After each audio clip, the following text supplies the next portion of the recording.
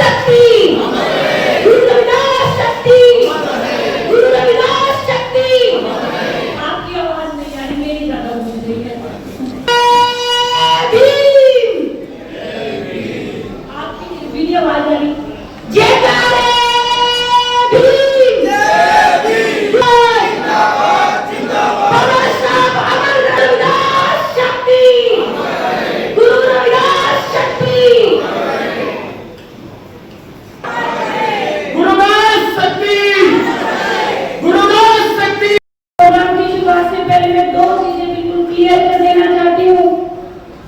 युवा साथी जो आए हुए हैं, खून में हमारे गर्मी थोड़ी ज्यादा है, तो फालतू की बातें कम सुनते हैं, मुद्दे की बात करते हैं। लेकिन हमारे जो बुजुर्ग और बेमाने व्यक्ति आए हैं, उनके पास एक बहुत ही अच्छा एक्सपीरियंस है जो युवा साथियों के पास नहीं है।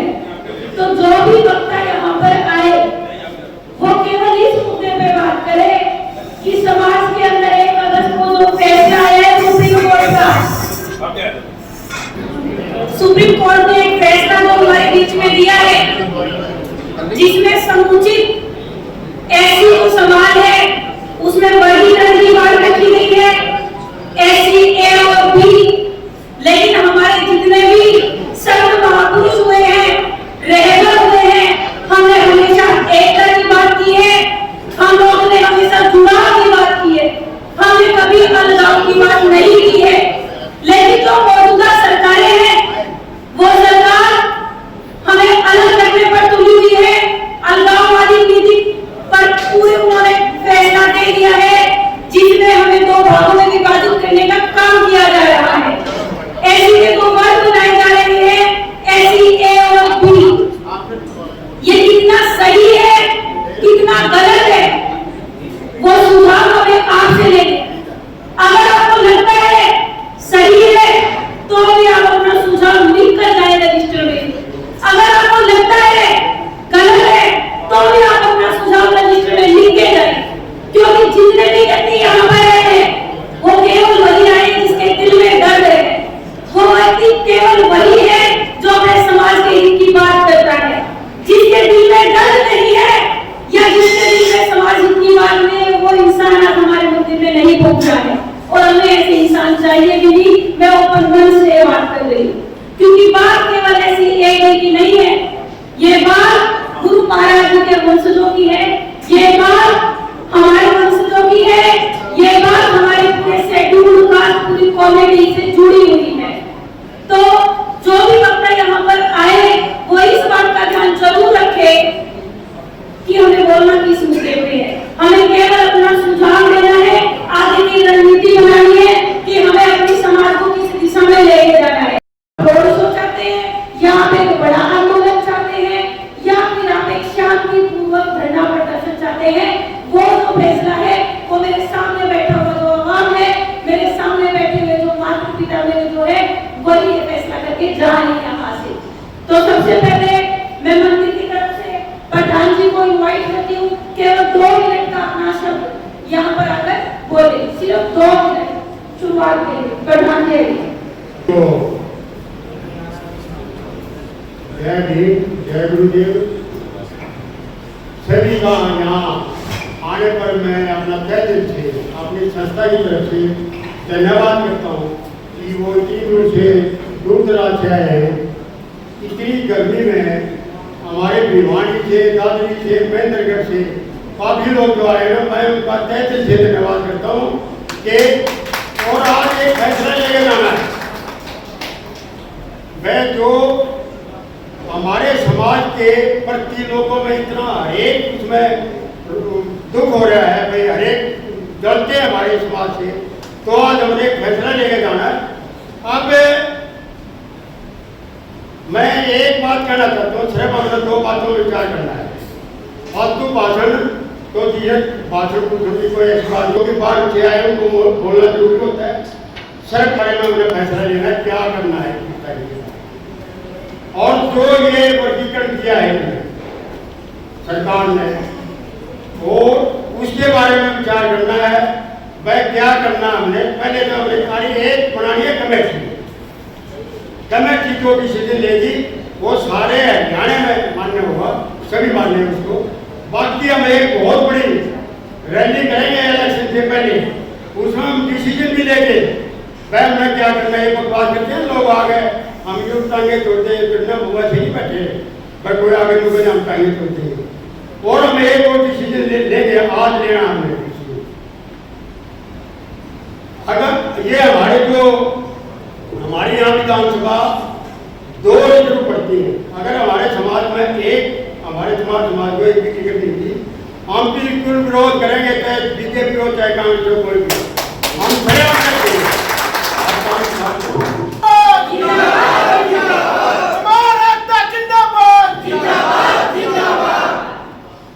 की बात राजनीति से भी जुड़ी हुई है, वैसे यहाँ कोई राजनीति की बात नहीं करेंगे।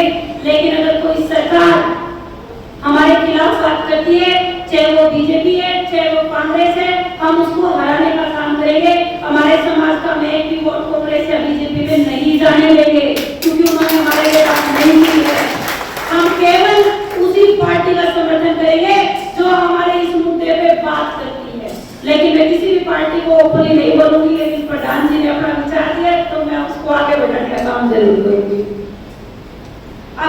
सुप्रीम कोर्ट ने क्या फैसला दिया है, वर्गीकरण क्या है, क्रीमी लेयर क्या है, तो सबसे पहले अपनी बात करने के लिए मैं इनवाइट कर रही हूँ एडवोकेट ओपी जिंदल जी, जो चंडीगढ़ से हमारे बीच में आए हुए हैं। वो प्लीज मंच पर आए और हमारी पब्लिक को अच्छे से बताए कि SCAB क्या है, इसका पूरा सुप्रीम कोर्ट ने जो फैसला दिया है वो क्या है। तो सबसे पहले हम उन्हीं को इनवाइट करेंगे, ओपी जिंदल जी चलिए। जय गुरुदेव। मंच पर बैठे सभी सम्मानित व्यक्तित्व, जिन्होंने आज ये प्रयत्न किया कि इस मुद्दे पर हमें समाज को जागृत करना चाहिए, एक करना चाहिए। मैं इस मंच का, इस सभा के सभी पदाधिकारियों का धन्यवाद करता हूँ। साथियों, हमारा मुद्दा रिजर्वेशन है। रिजर्व पता है कि रिजर्वेशन कोई इंडिविजुअल स्टेट की पॉलिसी नहीं है, ना ही सेंट्रल गवर्नमेंट की पॉलिसी है। अभी तक रिजर्वेशन पे कोई पॉलिसी नहीं बनी है।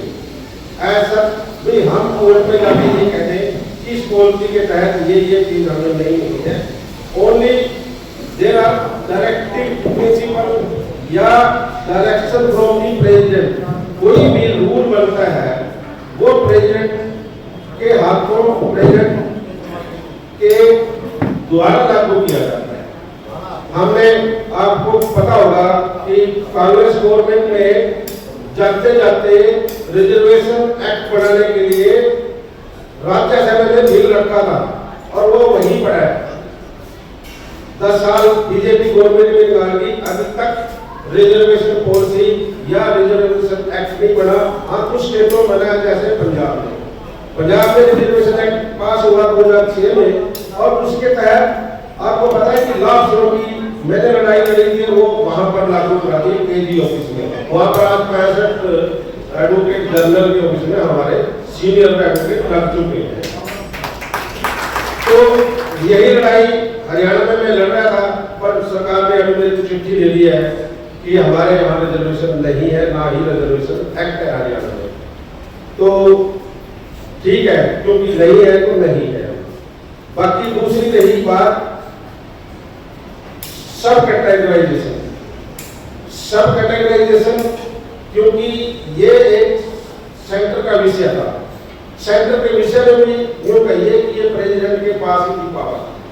स्टेट रिकमेंडिंग अथॉरिटी थी कि फलानी कास्ट को शेड्यूल कास्ट या शेड्यूल ट्राइब में डाल दिया जाए, और अकॉर्डिंगली राष्ट्रपति उस लिस्ट में या डिलीट कर सकता था या उसमें जोड़ सकता था। पर राष्ट्रपति को भी ये पावर नहीं थी कि उसमें सब कैटेगरी बनाए। ये मुद्दा चला स्टेटों से, जैसे हरियाणा में A और B बनी, और आंध्रा में तो और भी आगे निकल की बात, जब उन्होंने D तक बना दी।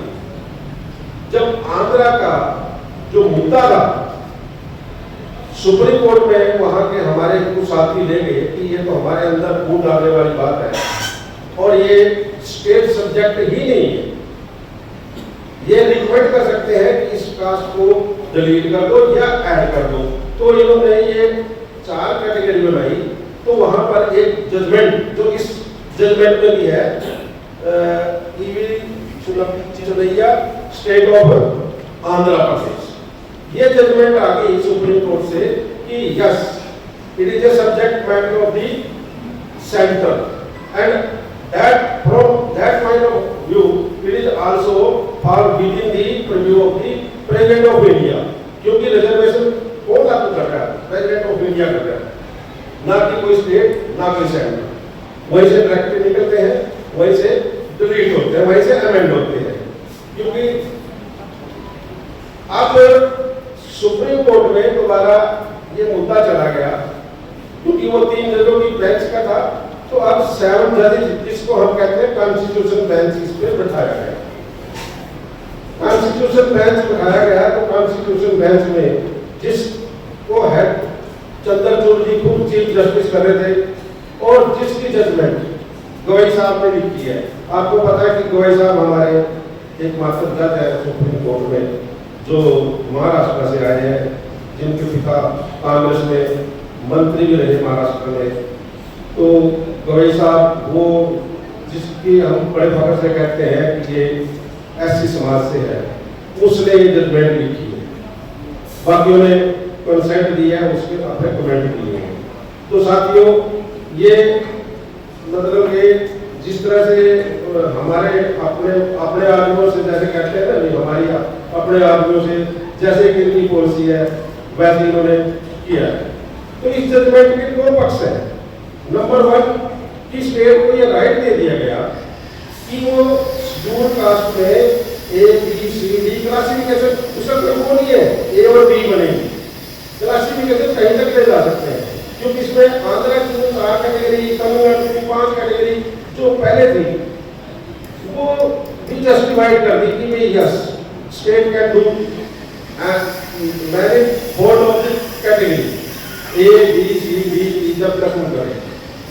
और दूसरा इसमें कह दिया कि जिनको रिजर्वेशन पॉलिसी से बेनिफिट ले चुके हैं, एक पीढ़ी ले सकते हैं, सेकंड को भी देंगे। इसमें एक बड़ी अच्छी बात यह मेरे को लगी कि इसमें इकोनॉमिक क्राइटेरिया को नहीं दिया गया जो ओबीसी में, पर इसमें रिजर्वेशन का जिसको बेनिफिट मिल गया उसको क्रीमी लेयर की कैटेगरी में लाने की कोशिश की जा रही है। पर जहां तक ए और बी का है सवाल, इसमें विशेषकर जो आज हम बैठे हैं चुनाव को बहुत बांटा है। बांटा ये है कि आज हमारी पॉपुलेशन 16%, इससे भी अब होगा 16.5 लगाइए, और 20% रिजर्वेशन है, और ए और बी करके हमें 6%, 6.5% कम दी जा रही है। ये है हमारा डिफरेंस। अगर कैटेगराइजेशन कास्ट बेस पे होगी, हम कह रहे हैं कि समाज की है वो 16.5 दे दो, वाल्मीकि की है 3% दे दो, धाने की है 2% दे दो, हमें कोई वो नहीं है। पर ये अनजस्टिफाइड एरिया है हमारा, ये मतलब कि डिस्क्रिमिनेशन का एरिया है हमारा, कि हमारी पॉपुलेशन ज्यादा है और हमें कैटेगराइजेशन में कम दी जाती है। साथियों, अगर हम कहें सुप्रीम कोर्ट की जजमेंट लागू करो, सुप्रीम कोर्ट की अगर वो कास्ट वाइज लागू करते हैं तो हमें कोई घाटा नहीं है, टू बी वेरी फ्रैंक। अगर वो ए और बी पर रोक देते हैं, हमें बी में रखते हैं या ए में रखते हैं, वो कोई बात नहीं, और 10% और 50% देते हैं तो इसमें हमें बहुत नुकसान है। इसलिए हमें इस ए और बी का, आपको पता है कि कल ए और बी का मंत्रिमंडल ने एक्सेप्ट कर लिया, जो यहाँ का शेड्यूल्ड कास्ट कमीशन था हरियाणा का, उसके चेयरमैन ने रिकमेंडेशन दी थी। मैं सुबह तो उसका इंटरव्यू सुन रहा था चीफ मिनिस्टर का कहने का, तो उन्होंने कहा कि हमारे पास रिकमेंडेशन आ गई और ए और बी की, बस 10% उनको, 10% उनको, क्योंकि ये चुनाव की वजह से, चुनाव याफ्ता लागू होने की वजह से हम लागू नहीं कर पा रहे हैं। पर हमने कमीशन के लिए, कमीशन को, इलेक्शन कमीशन को लिख दिया है हो सकता है कि इलेक्शन कमीशन इसको क्लियर कर दे और इलेक्शन में ही लागू कर दे इसको। तो हमें हमारी जो ग्रीवेंसेस है वो ये जस्टिफाइड है कि आज हमें ए और बी करके हमारे ऊपर ये सारा हुआ है, क्रिमिनल भी हमारे ऊपर लागू है, ये बताता हूँ, क्योंकि इन्होंने एक टारगेट बनाया हुआ है कि एक कास्ट को इसमें रिजर्वेशन से 22 और दैट में वंचित कर रहे हैं और नहीं वंचित कर पा रहे तो वही कम देनी है। तो ये हमारा ग्रीवेंसेस है आज में। और बाकी आप क्या इस जय गुरुदेव, धन गुरुदेव। साथियों में दो नारों से अपना सुझाव दूंगी। जय गुरुदेव, जय गुरुदेव, जय गुरुदेव, जय गुरुदेव, जय जवान, जय जवान, जय जवान, जय जवान, जय जवान, जय जवान, जय भीम, जय भीम, जय भीम, जय भीम। साथियों, सबसे पहले तो मंच पर विराजमान सभी साथियों को जय भीम। और जैसा कि मैडम ने बताया कि आज की अध्यक्षता सभी जमात साथी कर रहे हैं, तो उन सभी को भी मेरा सादर जय भीम, जय भारत, जय गुरुदेव, धन गुरुदेव। साथियों, आप सभी को पता है कि एससी/बीएससी का वर्गीकरण का फैसला जो सरकार कर रही है, ये गलत फैसला है। साथियों, मेरा सुझाव है कि संगठनों का संगठन बनाया जाए, किसी एक संगठन ना बनाया जाए, क्योंकि आज से 1.5 साल पहले हमें इस बात की भनक हो गई थी कि सरकार ऐसा कुछ करना चाह रही है एससी/बीएससी के बारे में। इसलिए साथियों, हम लोगों ने आज से 1.5 साल पहले ही यह मुहिम चालू कर दी थी। 1.5 साल पहले हम लोगों ने 16 जुलाई को भिवानी के टिबड़ेवाला में जमात सम्मेलन किया।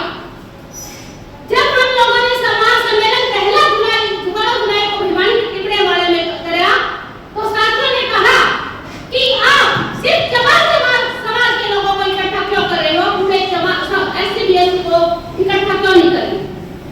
तभी हम लोगों ने यही कहा था कि हम से 1.5 साल पहले सभी साथियों को इकट्ठा करते थे, जो भी कार्यक्रम करते थे एससी/बीएससी सभी का करते थे। लेकिन साथियों, वही साथी बीच में कहने लगे कि जमात हमारा हक का,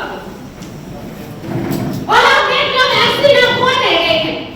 एससी में सिर्फ जमात ही रह गए हैं, बाकी और कोई नहीं है, सिर्फ जमात करते रह गए, क्योंकि डीएस और डीसी में चले गए थे। साथियों, जैसा कि मैंने बताया कि हम लोगों ने 5 जमात सम्मेलन कर लिए। पहला जमात सम्मेलन 16 जुलाई को भिवानी के टिबड़ेवाला सभागार में किया। दूसरा जमात सम्मेलन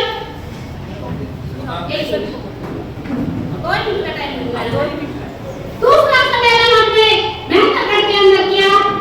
तीसरा सम्मेलन हमने दादरी का किया और चौथा सम्मेलन हमने काशी हिसार का किया और 5वां सम्मेलन साथियों हमने रोहतक का किया। 5 सम्मेलन काफी सक्सेस रही। साथियों, उसके बाद हम लोगों ने अपने समाज की टेस्टिंग की, क्योंकि हम जब भी गांव के अंदर जाते तो हमारे वैसे साथी उठकर कहता कि जमा इकट्ठा नहीं हो सकते, बाकी सब इकट्ठा हो सकते, और हम लोग गारंटी से कहते थे कि जमा ही इकट्ठा हो सकती है, वो कोई कम इकट्ठा नहीं हो सकती। उसके बाद साथियों, हमने 18 फरवरी को स्टेट लेवल पर संत गुरु रविदास की जयंती बनाई भिवानी के हुड्डा पार्क में। हुड्डा पार्क के अंदर जयंती रात दूर की बात, समाज का कार्यक्रम आज तक हुआ ही नहीं था, क्योंकि वहां पर सिर्फ पार्टी के कार्यक्रम होते थे। मायावती जी की रैली हो गई, खट्टर साहब की रैली हो गई,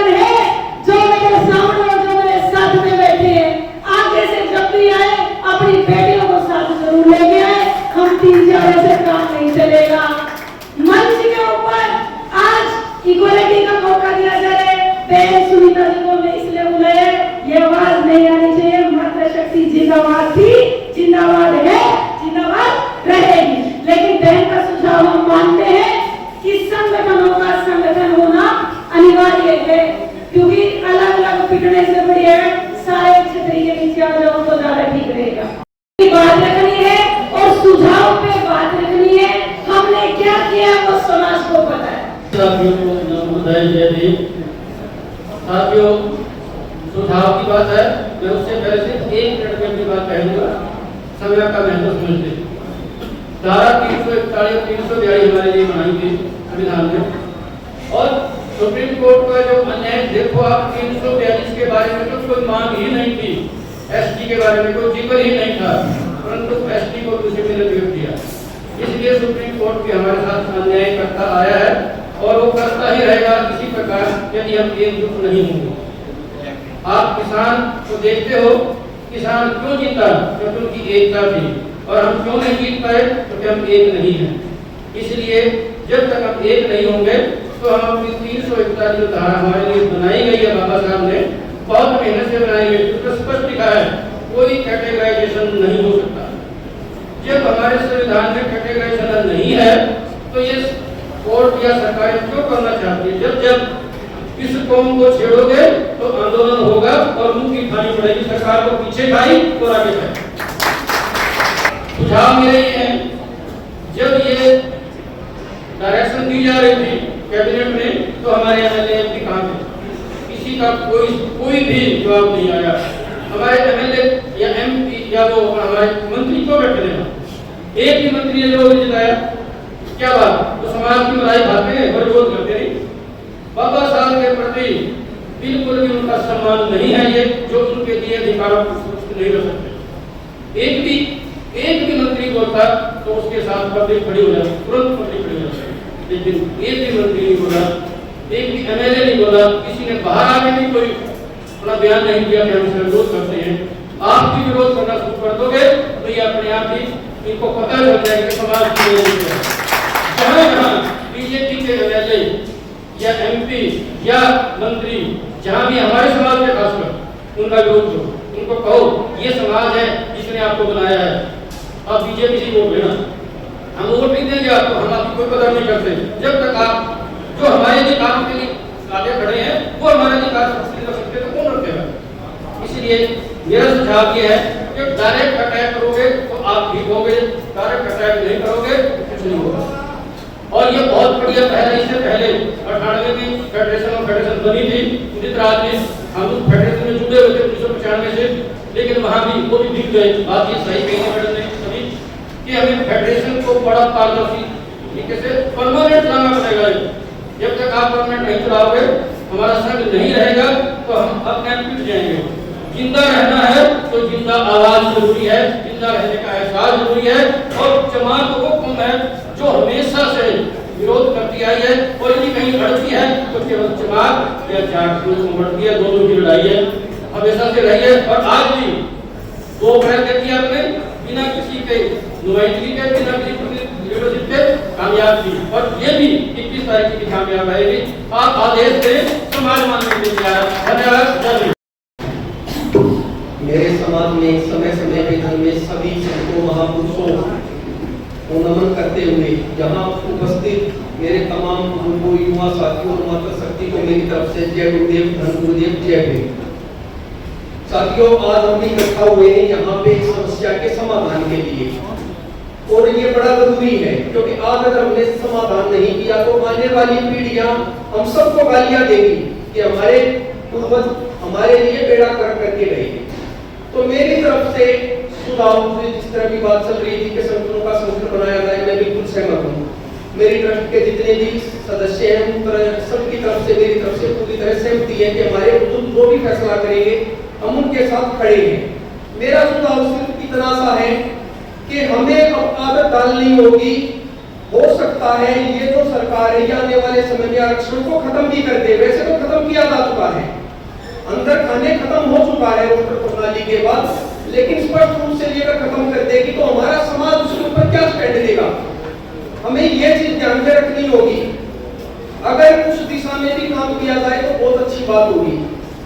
दूसरी चीज, हमारे जितने भी आज तक संगठन बने हैं, मैं उन सब का भी धन्यवाद करता हूं कि कहीं ना कहीं उन्होंने समाज की आवाज उठाई, और मैं डीएससी वालों का भी धन्यवाद करता हूं।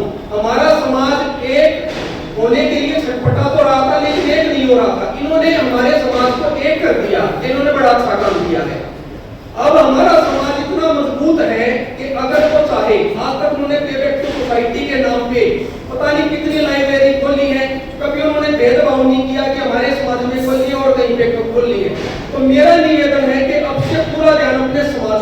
आने में दें।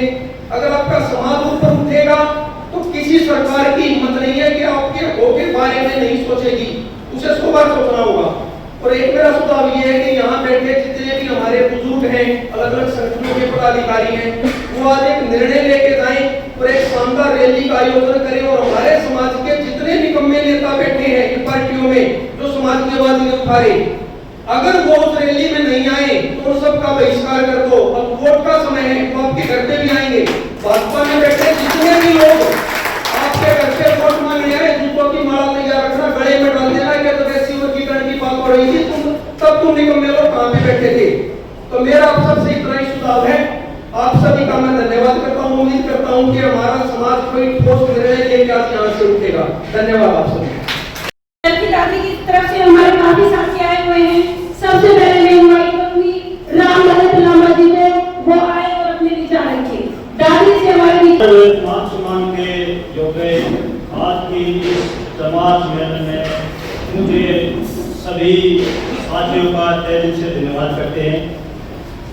मैं साथियों एक संदेश ही देता हूँ कि जितने भी साथी हैं, चाहे हमने किसी भी साथी के साथ मतभेद हो, घर घर में जाके इलेक्शन से पहले जो है अपने साथियों को मनाओ और एकता का परिचय दो, एकता का परिचय दो।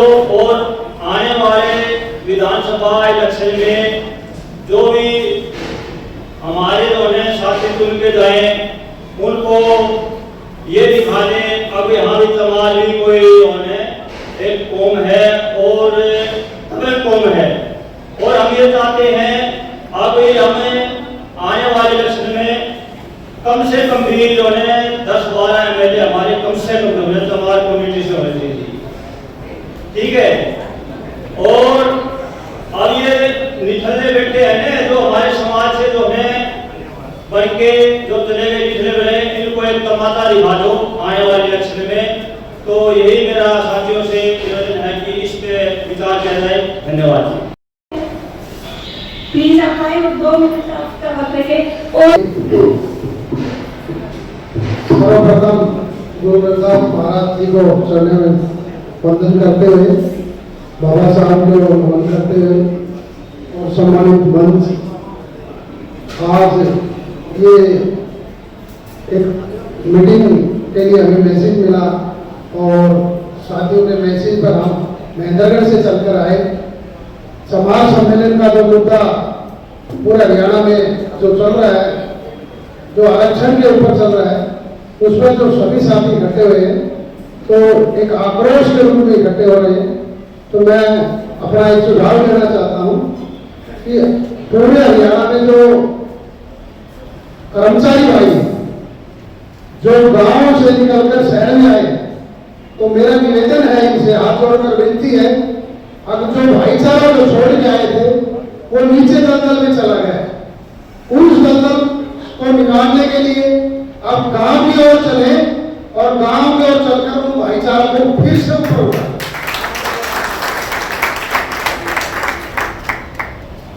क्योंकि जब आप गांव में जाते थे, आप सुरपुर में जाते थे, वो आपसे खुश होते थे और खुश होकर वो भी एक पहचान बनाने के लिए बाहर निकलते थे। परंतु गांव में इतना व्यवस्था नहीं है, गांव की इतनी मजदूरी बहुत कम हो गई है, लोगों की मजदूरी, सभी मशीनीकरण का युग आ गया है, इसलिए गांव में गांव का आदमी नीचे जा रहा है, उसका ग्राम बहुत नीचे जा रहा है। परंतु सरकार की सोची समझी चाल है, अगर ऐसी समाज में सबसे ज्यादा समाज को मारा जाए, समाज का बीपीएल कार्ड है वो काटा जाए, समाज का जो फैमिली आईडी है वो 1,80,000 से ऊपर दिखाई जा रही है, तो सबसे ज्यादा नुकसान हमारे समाज का। साथियों, हमारे कुछ साथियों ने 3-4 महीने पहले एक फैसला लिया और भिवानी में एक प्रोग्राम किया। भिवानी में प्रोग्राम में यही फैसला लिया गया था, अगर समाज के घर घर जाइए और समाज के लोगों को जागरूक करिए। उस जागरूकता में 5 जिले कवर किए, महेंद्रगढ़ किया, दादरी किया, भिवानी किया, 80 साल के औरत तक किया, उसका रिजल्ट भी मिला।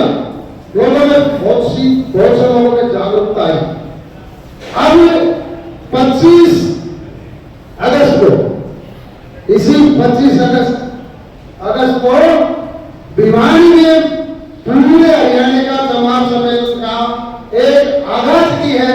आप लोग उसको निमंत्रण भी देते हैं। अब यहाँ जो संगठन हमारा बढ़ेगा, जो हमारा भाईचारा बढ़ेगा, सबसे पहले हम भिवानी में उनको सम्मानित करेंगे और उस मंच से उनका आगाज करवाएंगे। तो आप सभी सादर आमंत्रित हैं। उस मंच पर आपका मंच होगा, आपकी अध्यक्षता होगी, न किसी का झंडा होगा, न किसी का डंडा होगा, न कोई पार्टी होगी, सभी आप और हम होंगे और आपके हमारे विचार होंगे। इन विचारों को हमने घर घर तक पहुंचाने के लिए जो मेरे कर्मचारी भाई यहाँ बैठे हुए मैं देख रहा हूँ, मैं बहुत से साथियों को जानता हूँ, तो ये गांव में जाना भूल गए, शहरों में आ गए, शहरों की बात करते हैं, गांव की बात भूल गए। तो मैं इनसे हाथ जोड़कर विनती करता हूँ, आगे हमारे महापुरुषों की जयंतियां उनमें आप उसी उल्लेख करके जाएं और गांव के हर छोटे बच्चे को उसका हक दिलाने के लिए आप सहयोग करें। बस मैं यही कहना चाहता हूँ।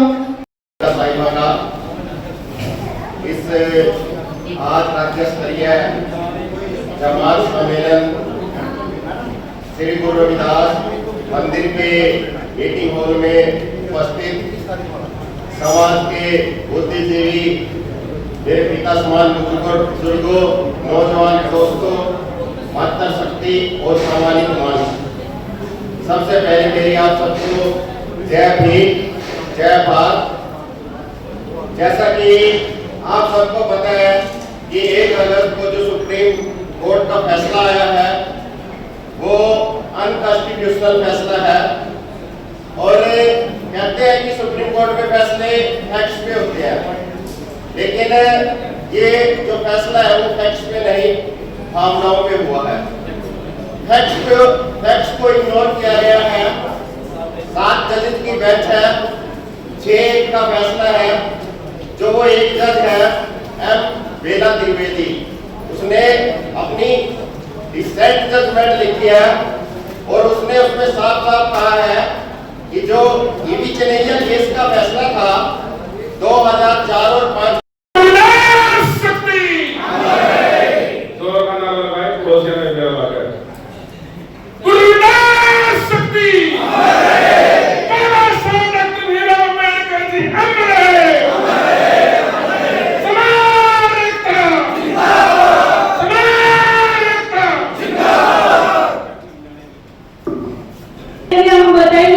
1 सितंबर वाला जो है वो आप सभी करके आप बता दीजिए कमेटी को, वो मान्य होगा और 21 तारीख का भी मान्य है। इसी तरीके मैं इनवाइट करना चाहती हूँ परमहंस चोपड़ा जी हमारे बीच में आए हुए हैं भिवानी से।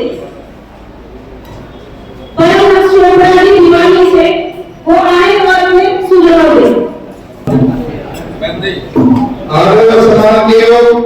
इस सभा में उपस्थित मेरे समाज के बुद्धिजीवी साथियों, आप सभी को मेरा हाथ जोड़ के जय गुरुदेव, धन गुरुदेव, जय जमात, विजय जमात। साथियों, जैसा कि सभी वक्ताओं ने बता दिया है कि भाई अपने अपने लेवल पे सभी वक्ताओं ने बताया कि भाई एक संगठनों का संगठन बनाया जाए। जैसे बहन जी ने बताया, जोरसे जी ने बताया कि हमें गांव की तरफ करना चाहिए। मेरा सुझाव सिर्फ एक ही है कि एक युवाओं का सम्मेलन होना चाहिए। युवाओं ने जागृत किया है ताकि हमारे युवा समाज के लिए आवाज उठाए और समाज को एक करने का काम करें। धन्यवाद। जय भीम, जय भारत। भट्टी जी आए हुए पानीपत से हमारे बीच में, वो आए और अपने 2 शब्द कहे।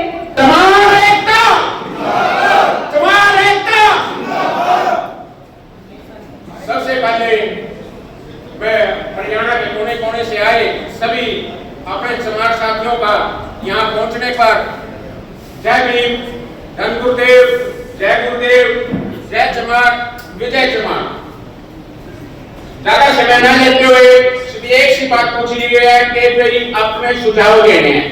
सुझाव आए कि हैं और मेरा ये छोटा सा सुझाव है कि जो भी हम सम्मेलन रखते हैं, राष्ट्रीय सदर का जो सम्मेलन रखते हैं, उसको सफल बनाने के लिए जो हमारे संपन्न लोग हैं, एक्टिव लोग हैं, वो यहाँ पहुंचे हैं। गांव में जो कुछ हमारे जो सीधे साधे लोग हैं, वो गांव में अपने वहीं पे बैठे रहते हैं।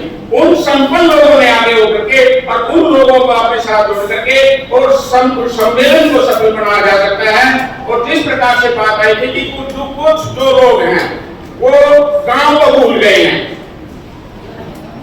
मेरे को भी ये बात थोड़ी महसूस हुई। और यहीं पे बैठे हैं मेरे गांव के हैं, मेरे चाचा जी हैं, और हरियाणा की शान, समाज की शान है आर फुलिया। मैं भी उनसे अनुरोध करूंगा, आग्रह करूंगा, निवेदन करूंगा, चाचा जी, गांव के लोग आपको भूलने लगे हैं और आप भी गांव को भूल गए हैं। सर यार क्या हो गया, गांव में जाए कितने साल हो गए। मैं चाचा जी से निवेदन करूंगा, आप गांव में आए, और हम जैसे बच्चों का मार्गदर्शन करें और हमें इस प्रकार के प्रोग्रामों में आने के लिए को सफल बनाने में हमारा सहयोग करें। धन्यवाद। सभी साथियों को जय भीम, जय भारत, जय संविधान, जय गुरुदेव। साथियों, जो भी इस सभा में साथी बैठे हैं वो बहुत ही जागरूक हैं और समाज का नेतृत्व कर सकते हैं। और ये मैं समझता हूं कि लड़ाई शुरू हो चुकी है। जो भी यहाँ पे बॉडी बनेगी उसका संचालन करने के लिए उसमें सूझबूझ की बहुत ज्यादा जरूरत पड़ेगी।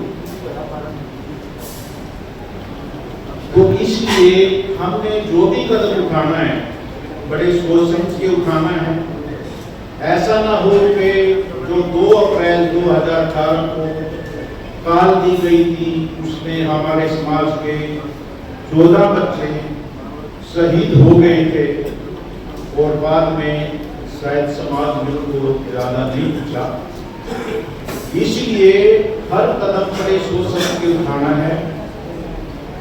मेन फोकस आज क्या है कि जो 3 अगस्त का भारत बंद है उसके बारे में है। और जितने साथी यहाँ बैठे हैं शायद इनको ये भी नहीं पता होगा कि ये भारत बंद की गाल किसने दी। जो हमारे दुश्मन हैं वो समय समय पर हमें चेक करते रहते हैं और हो सकता है ये काम भी उनका ना हो। साथियों, सदियों से 2 विचारधाराओं की लड़ाई चल रही है और ये ना खत्म होने वाली लड़ाई है। एक तो कहते हैं भाई हम सबसे ऊपर हैं और एक जो अपना समाज बैठा है ये चाहता है कि सारा काम संविधान के अनुसार चले, भाईचारा बना रहे, बंधुत्व रहे, समानता रहे, स्वतंत्रता रहे। तो मेन फोकस तो 21 तारीख जो कि 3 दिन बाद है उस पे है। मेरा सुझाव ये है कि हम अम्बेडकर चौक से यहाँ से इकट्ठे हों। सुझाव है तो साथ सही लगे तो देख लेना। और उसमें 2-2 की लाइन में हम डीसी ऑफिस तक जाएं और अपना जो मांग है, ज्ञापन है, वो वहाँ पे दिया जाए। और जो दुश्मन है वो चाहता है कि हम हमारे में आपस में बैर विरोध पड़े, लड़ाई झगड़े हों और वो तमाशा देखें। और जो कल का ये कैबिनेट की मीटिंग में डिसीजन लिया गया मुख्यमंत्री नायब सैनी द्वारा, ये भी उसी कड़ी में एक है कि जब आचार संहिता लागू हो गई और वो चाहते हैं न किसी तरह कुछ वोट उनको मिल जाए। साथियों, वैसे तो बाबा साहब ने कहा था कि जातियों का विनाश होना चाहिए, लेकिन वो हमें ऐसे काम दे देते हैं कि जातियां उससे पक्की हो रही है। और वो बाबा साहब की बुक पढ़ने का जरूरी है कि जातियों का विनाश कैसे हो सकता है। तो मैं जो 21 तारीख का बंद है उसके बारे में बताऊंगा कि उसमें किसी भी पार्टी का कोई भी झंडा नहीं होना चाहिए, उसमें जय भीम के झंडे होने चाहिए।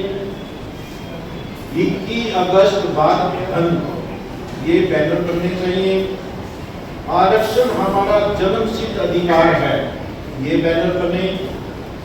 आरक्षण कोई भीख नहीं है साथियों, पूना पैक्ट का वादा है। कोई हम भीख नहीं मांग रहे, पूना पैक्ट हुआ था और उसमें सरकार ने माना था कि हाँ इनको ये रिजर्वेशन दी जाएगी। आरक्षण बचाओ संविधान बचाओ, ये नारा लिख सकते हैं। और बड़ा शांतिपूर्ण और संवैधानिक तरीके से हमने ये प्रदर्शन यहाँ से करना चाहिए। और कुछ समाज दूसरा है जो वो भटके हुए साथी, तो हमने उसमें भी चौकन्ना रहना है। यदि कोई ऐसा असामाजिक तत्व आपके प्रदर्शन में शामिल होता है और लगता है ये गड़बड़ करने वाले करेगा, तो उसको उसी टाइम पकड़ो, पुलिस के हवाले करो। हमने किसी से पंगा नहीं लेना है, शांति, क्योंकि ये लड़ाई छोटी नहीं है। अब जो मैं समझता हूँ ये बहुत लंबी जाएगी आगे। और जैसा कि एक सुझाव दिया गया है 1 सितंबर का, मैं इस सुझाव से सहमत नहीं हूँ। क्यों? क्योंकि इसमें समय कम है। बाकी जैसे भी थोड़ा 15-20 दिन का गैप कम से कम हो तो बढ़िया रहता है, उससे जो हमारे साथी वो ज़्यादा जुड़ेंगे और उसके बाद जैसे कमेटी बनेगी वो डिसीजन लेती रहेगी। साथियों, कई संगठन जातीय आधारित जनगणना की बात शुरू से 5-6 सालों से कर रहे हैं, लेकिन जो सरकारें हैं ऊपर ऐसी हैं कि वो जातीय आधारित जनगणना नहीं कराती है। सुप्रीम कोर्ट, हाई कोर्ट में आंकड़े चाहिए, लेकिन ये जानबूझ के नहीं कराती, क्योंकि उनको पता है कि जो 3-4% लोग हैं सो सारे देश पे कब्जा किए हुए हैं, सारी संवैधानिक संस्थान है उन पे कब्जा किए हुए हैं। आपकी जो यूनिवर्सिटी है, कॉलेज है, जितनी भी है, सब जगह उनका कब्जा है। अंबेडकर भवन की तरफ से हमने 21 मुद्दों का एक बनाया हुआ है डिमांड चार्टर, उसकी 5-6 कॉपियां मेरे पास हैं। जो भी हमारा MLA MP आता है उसको वो दो और उससे जवाब मांगो कि आप रिजर्व सीट से भटके गए हो, कोई ओपन से नहीं बने हो, इसलिए आपको जवाब देना पड़ेगा। तो उससे जवाब मांगोगे तो उसकी आंखें खुलेगी थोड़ी सी भी, हम कहाँ से भटके आए कहाँ से नहीं। प्रदर्शन में किसी प्रकार का हो हल्ला नहीं करना है, बड़ा शांतिपूर्वक करना है। और जो हमारे बाल्मीकि भाई हैं उनको हमने कहना भाई अपना भाईचारा बना के रखना है। ये जो प्रदर्शन है सरकार के खिलाफ है, किसी जाति विशेष के नहीं है। यदि सरकार की नीति और नीयत साफ होती तो वो बैकलॉग पूरा कर देती। लाखों पोस्टें खाली पड़ी हैं, मैं कहूँगा भी कोई बच्चा ना रहे, भागी ना रहे, लेकिन सरकार की नीति और नीयत साफ नहीं है। और जो सुप्रीम कोर्ट, हाई कोर्ट में जजेस बैठे हैं वो कोई भी निर्णय संविधान के अनुसार नहीं दे रहे हैं, ये पहले बता ही चुके हैं। तो इसलिए मैं ज़्यादा ना कहता हुआ आप सबसे एक अपील करूँगा, कोई भी काम करे पूरी प्लानिंग के साथ करे, धैर्यवान करके करे, शांतिपूर्वक करे, क्योंकि ये सफल बनाना आंदोलन तो शांति प्रिय और संवैधानिक रूप से चले। सभी साथियों को जय भीम, जय भारत, जय संविधान, जय गुरुदेव, धन्यवाद। समाज में जन्मे संतों गुरुओं महापुरुषों के चरणों में नमन करते हुए हरियाणा प्रदेश से आए सभी समाज के लोगों, सबसे पहले सबको जय भीम, जय भारत, जय मानव प्रसाद कांसी। आज हरियाणा से लोग इकट्ठा हुए, हम सब ने एक बात का पता होना चाहिए, हमारी बीमारी क्या है, हमारा तकलीफ क्या है और उसका इलाज क्या है। हमारे ऊपर अत्याचार कौन कर रहा है? जिसकी सत्ता है, जिसकी सत्ता है ना वो हमारे ऊपर अत्याचार करता है, चाहे वो कांग्रेस हो और चाहे बीजेपी। आज हम बीजेपी की बात करते हैं कि बीजेपी ने ये कानून लागू कर दिया, वो कानून लागू कर दिया, सबसे पहले कानून हमारे लिए एक सांसनाथ है, गुलामनाथ है, आप किसी को विश्वास नहीं कर सकते। तो मैं कहना चाहता हूँ हमारे समाज के सबसे बड़े दुश्मन हमारे रिजर्व के MLA और MP हैं। हमारे समाज के सबसे बड़े दुश्मन रिजर्व के एमएलए और एमपी हैं, क्योंकि वो लोकसभा और विधानसभा में बैठ के हमारी बात नहीं करते, वो मलाई खा के अपने घर आ जाते हैं, क्योंकि उनको आगे वाली टीम चाहिए। मैं गुजारिश करना चाहता हूँ जो हमारी सभा बनेगी कि सबसे पहले हमने उन पार्टियों को नंगा करना है, चाहे उसमें कांग्रेस हो, चाहे कांग्रेस के एमएलए हो, चाहे बीजेपी के एमएलए के पास जाके हो कि आपका क्या विचार है इसके बारे में। अगर आपका विचार समाज के बारे में तुम्हारे साथ प्रदर्शन में आओ, हम आपको संस्कार करते हैं। क्यों? हम लोग किसी का चाचा बनना, किसी का ताऊ बनना, किसी का फूफा बनना, किसी का भाई बनना, हम उनको सपोर्ट करते हैं। मैं कहना चाहता हूँ अगर आपने इंसाफ चाहिए, सबसे पहले रिजर्व में एमएलए और एमपी के घर जाके हमारी सभा ने बात करनी चाहिए कि आपका इसके बारे में क्या रुख है। अगर उनका रुख हमारे साथ है तो हमारे साथ प्रदर्शन में आने चाहिए। दूसरा मैं कहना चाहता हूँ, मेरा एक सुझाव है, क्योंकि गांव में जो गरीब लोग बैठे हैं वो आपका अपना साधन करके नहीं आएंगे। जो जिला स्तर पे कमेटी बनेगी, जो हमारे समाज में साधन संपन्न लोग हैं, जो हमारे समाज के आईएएस है, आईपीएस है, पुराने डिग्री हैं, जो भी आज हमारे समाज में ऊपर बढ़ गए, जिला स्तर पे कमेटी बना के उनसे गाड़ियों का सहयोग दो। एक गांव में गाड़ी पे दो गाड़ी पे दो बंदा जिम्मेवार हो, गाड़ी करके लेके आएगा। क्योंकि जब भी हमारे जो लाखों की बात कर रहे हैं, जब भी लोग लाख लोग आएंगे। जी सर, आप हरियाणा की बात करें, हरियाणा में कितने लोग आए हैं? तो मैं सबसे पहले ये कहना चाहता हूँ कि एक तो अपनी सत्ता का प्रबंध करो, जिससे तुम्हारी रोज आने से बंद हो जाएगी। हम अपनी सत्ता का प्रबंध करें कि ये बीमारी को रोज है, कभी कांग्रेस हमारे ऊपर अत्याचार करे, कभी बीजेपी हमारे ऊपर अत्याचार करे। अगर हमारी सत्ता के हमारे ऊपर कोई अत्याचार नहीं करेगा, और किसी को मेरी बात बुरी लगी हो उसके लिए मैं माफी चाहता हूँ, क्योंकि सब एक ही इलाज है, सब चीजों की दवाई एक है, वो है सत्ता। और सत्ता वाले हमको अत्याचार करा, हमारे लोग एमएलए जो एमएलए बनना चाहते हैं आगे उनसे बात करो, उनको लेकर पार्टियों के सीधी बात करो कि आप क्या चाहते हो, हमारे पास में क्या करना चाहते हो। तो जब बात बनेगी, हरियाणा के कोने कोने से आए हुए समाज के सभी समाधिगण साथीगण,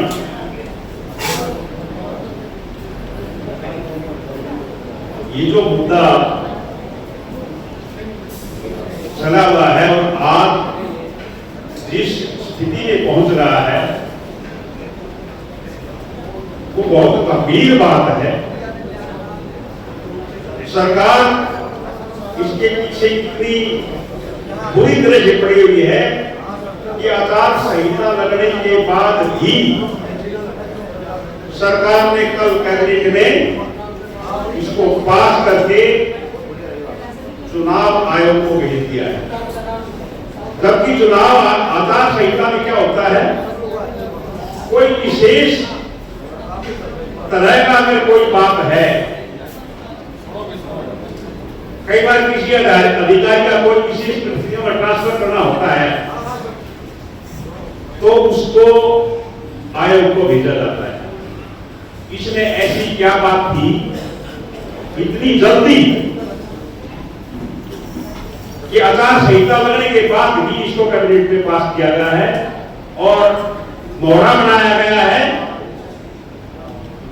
एससी आयोग, एससी कमीशन। जबकि एससी कमीशन का काम क्या है, एससी की दिक्कतें सुनना और एससी समाज को प्रोटेक्ट करना, उसको जोड़े रखना। जबकि इस समय एससी आयोग ने क्या किया, समाज को दो भागों में सीधा सीधा बांट दिया, जो समाज के लिए बहुत खतरनाक है।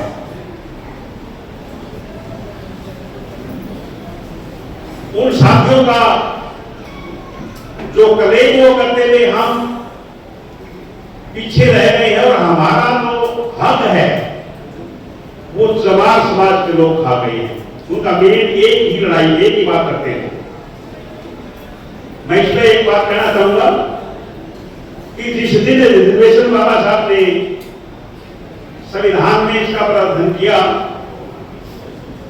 उस दिन दोनों जो जातियां या सारा समाज है वो एक ही पोजीशन में था। बल्कि एक हमारे साथी ने तो फेसबुक पर कहीं लिखा हुआ है कि वाल्मीकि समाज के पास तो बहुत पहले से पैसे आते रहे हैं, उनको भूखा नहीं रहता था कभी वाल्मीकि समाज, क्योंकि रोके तो मिल जाती थी और कहीं कहीं पैसे भी मिलते थे। और जवाहर समाज को मजदूरी करता था उसने मिलती तो खादेगा नहीं तो भूखा भी मरने की बता। और बाबा साहब को अगर किसी ने मानना सही माना बात कहूंगा कि जवाहर समाज का जो अनपढ़ आदमी था उसने सही मायनों में बाबा साहब को माना और सीधी रह करके अपने बच्चों को पढ़ाया। तब जाकर के थोड़ी सी ये बात आई है अभी कितनी पोस्टें भरी गई है। अगर ये सरकार इतनी ही उन लोगों की शुभचिंतक है तो सबसे पहले तो ये देखो भाई पोस्टें कितनी भरी गई हैं वो तो भरो, उसी को पता लग जाए किसने कितना खा लिया। अभी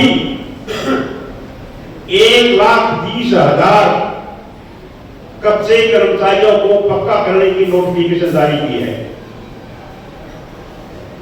उसमें मैं कहता हूं 1,000 को एससी दोनों की जवाब नहीं, पूरे एससी समाज के 2,000 आदमी बहुत मुश्किल से मिलेंगे।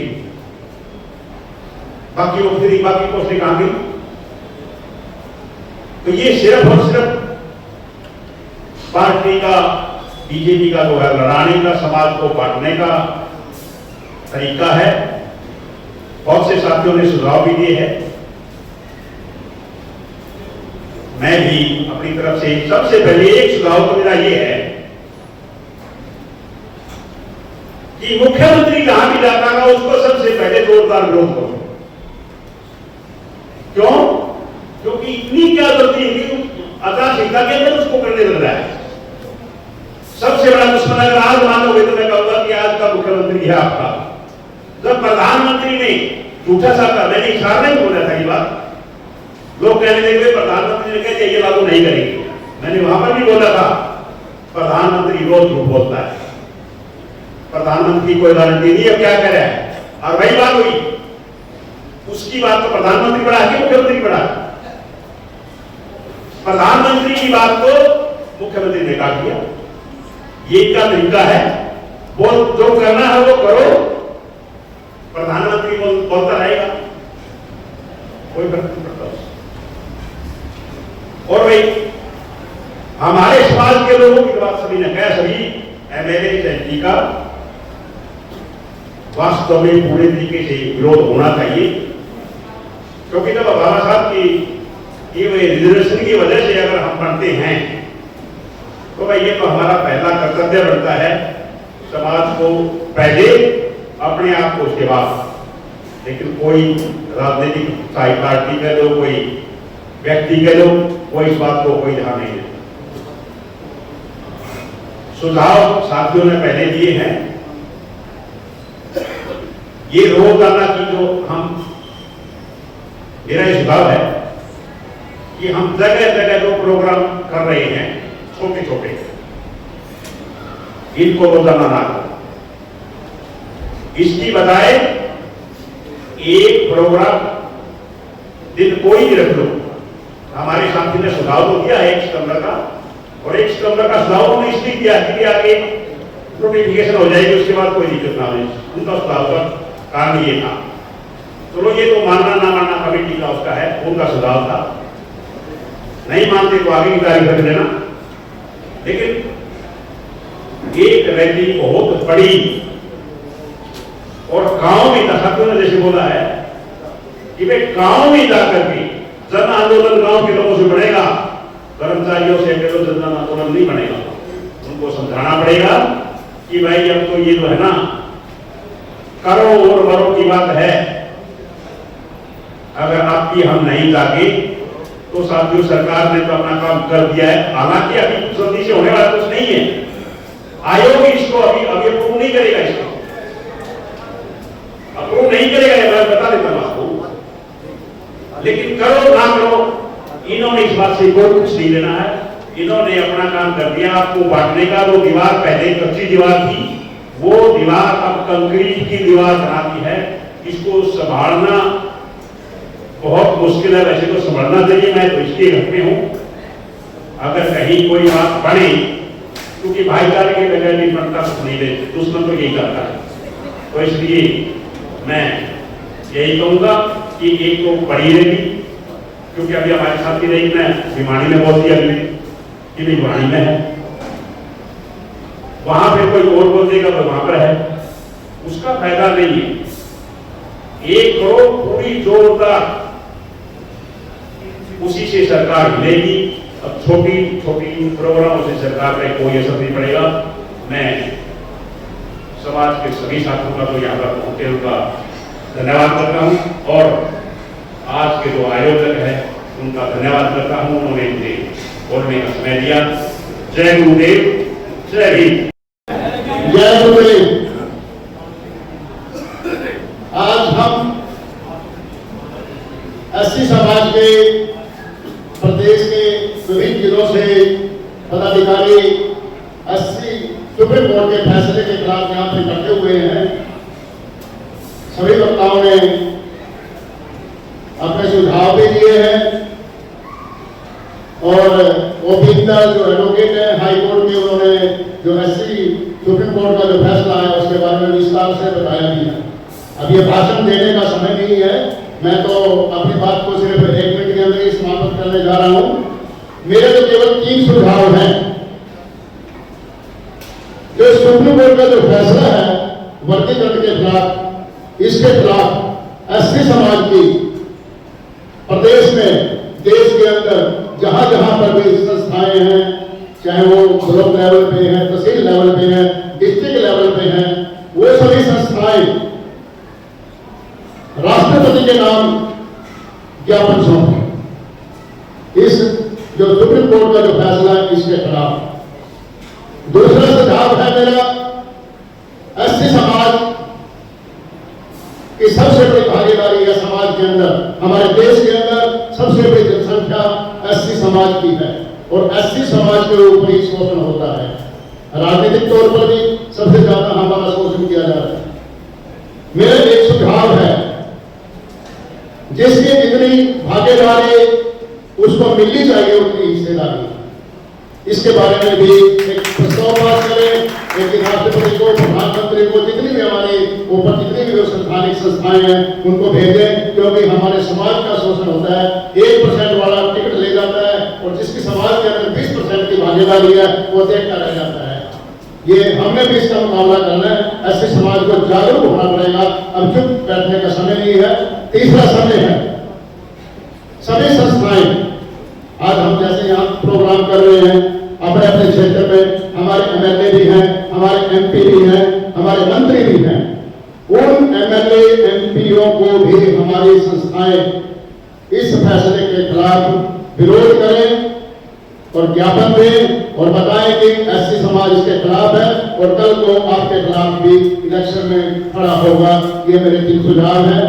सभी को धन्यवाद। जय भीम, जय भारत, जय गुरुदेव। अगर मेरी आवाज सुन रही है तो आप प्लीज आ जाएं।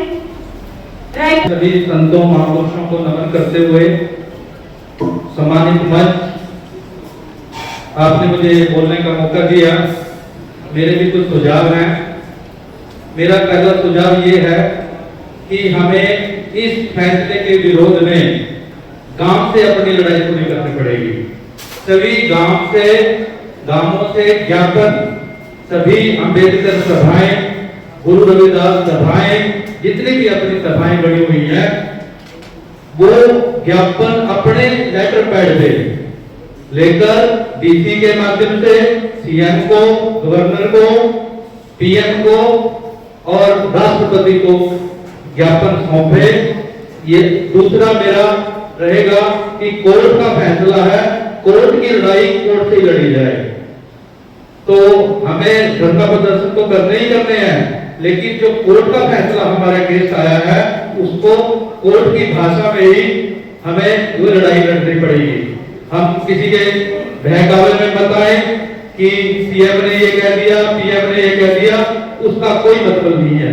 आपको पता होगा कैबिनेट के फैसले कल हरियाणा सरकार ने कैबिनेट में अप्रूवल करा के और चुनाव आयोग को फाइल भेज दी है कि इस फैसले को लागू करो। तो साथियों, इनकी बातों में मत आओ, कोर्ट का फैसला है, कोर्ट की भाषा में जवाब दें। शक्ति प्रदर्शन जो रोड पे प्रदर्शन हमने करना है, एकदम अगर हम रोड पे प्रदर्शन करेंगे तो सफल नहीं होंगे, हमें उसके लिए तैयारी करनी पड़ेगी। गांव-गांव में जाकर इस फैसले को हर जो हमारे भाई हैं उनको बताना होगा। हमें एकदम रैली करेंगे तो फेल हो जाएंगे, हमें इसके लिए पूरी तैयारी करनी पड़ेगी और फिर हमें एक राज्य स्तर पे एक प्रदर्शन करना चाहिए। ये मेरा सुझाव है। चौथा सुझाव है मेरा, अभी विधानसभा के चुनाव आने लग रहे हैं, मैं इस मंच के माध्यम से इन सरकारों को बताना चाहता हूं कि ये कौम पैदा हुई है संघर्ष में जी हैं। जब से हमने जन्म लिया है हम संघर्ष करते आए हैं और आगे भी संघर्ष करेंगे। आपको इस इलेक्शन में अपनी शक्ति दिखा देंगे वोट डालकर। और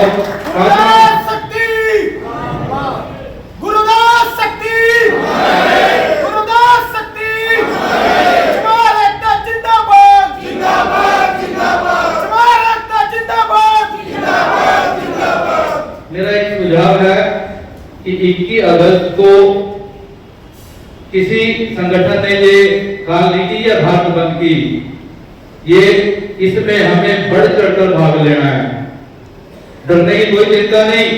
2 अप्रैल को क्या हुआ था, सरकार बैकफुट पे आ गई थी, उस दिन को याद करो। 2 अप्रैल को डरने की कोई बात नहीं, ये कोई संगठन की कॉल नहीं है किसी की, ये सिर्फ ओबीसी एससी एसटी उनकी कॉल है। तो मेरा ये सुझाव है कि मंच पे बैठे हैं जो जिम्मेवारी साथी बैठे हैं, 21 अगस्त का हमें समर्थन करना चाहिए। आज जो वर्गीकरण की बात कर रहे हैं, 10% लोग हमारा 50% खा रहे हैं, आज ये 20% की बात करते हैं कि 20% में वर्गीकरण कर दो।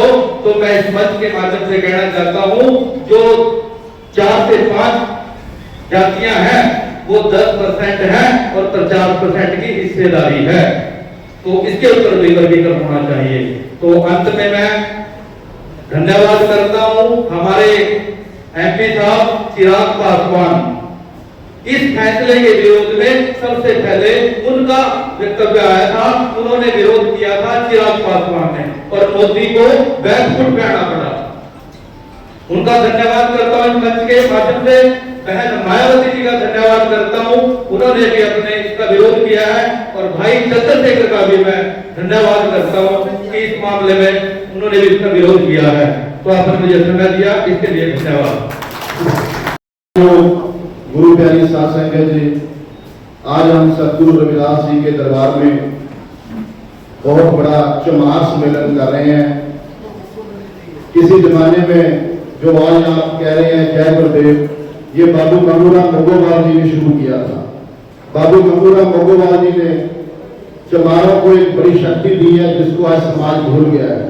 वो लाहौर असेंबली में विधायक भी रहे हैं। अगर वो दिख जाते तो वो उस वक्त देश के पाकिस्तान के प्रधानमंत्री बन सकते थे और बड़गांव तक पाकिस्तान होना था। ये चमार बिका नहीं, बाबू गंगूराम मोगोवाल उसकी देन है। आज हम जय गुरुदेव का नारा बुलंद कर रहे हैं। चमार एक बहुत बड़ी चेन है, बहुत बड़ी चेन है, इंटरनेशनल चेन है। जैसे आपने देखा किसानी आंदोलन में न्यूजीलैंड में, अमेरिका में, कनाडा में, यूरोप में, इंग्लैंड में, हर जगह मोदी का विरोध हुआ। उसी प्रकार चमार एक बहुत बड़ी चेन है पूरे संसार के 100 देशों से ज्यादा लोग हमारे बैठे हैं। 100 देशों में चमार 100 देशों में बैठे हैं। तो इसीलिए किसी भी घबराने की जरूरत नहीं है। ये आरएसएस ने, कांग्रेस के ब्राह्मणवादी सिस्टम ने मिलजुल कर ये सिस्टम को डेवलप किया, हमें तोड़ने के लिए, बिखेरने के लिए, आपस में टकराव पैदा करने के लिए। तो चमार बहुत बड़ी चेन है। चमार मजदूर भी है, आईएएस भी है, आईपीएस भी है, लीडर भी है, प्रचारक भी है, चिंतक भी है, कवि भी है, लेखक भी है, रिक्शा चालक भी है, सीरी भी है। तो इसीलिए इस चमार जाति में हर प्रकार के लोग पाए जाते हैं और हमें मुकाबला करना है। जैसे आपने सुझाव मांगा है 21 तारीख का, इसकी हमें बढ़ चढ़ कर तैयारी करनी चाहिए और मैनेजमेंट के रूप में करनी चाहिए।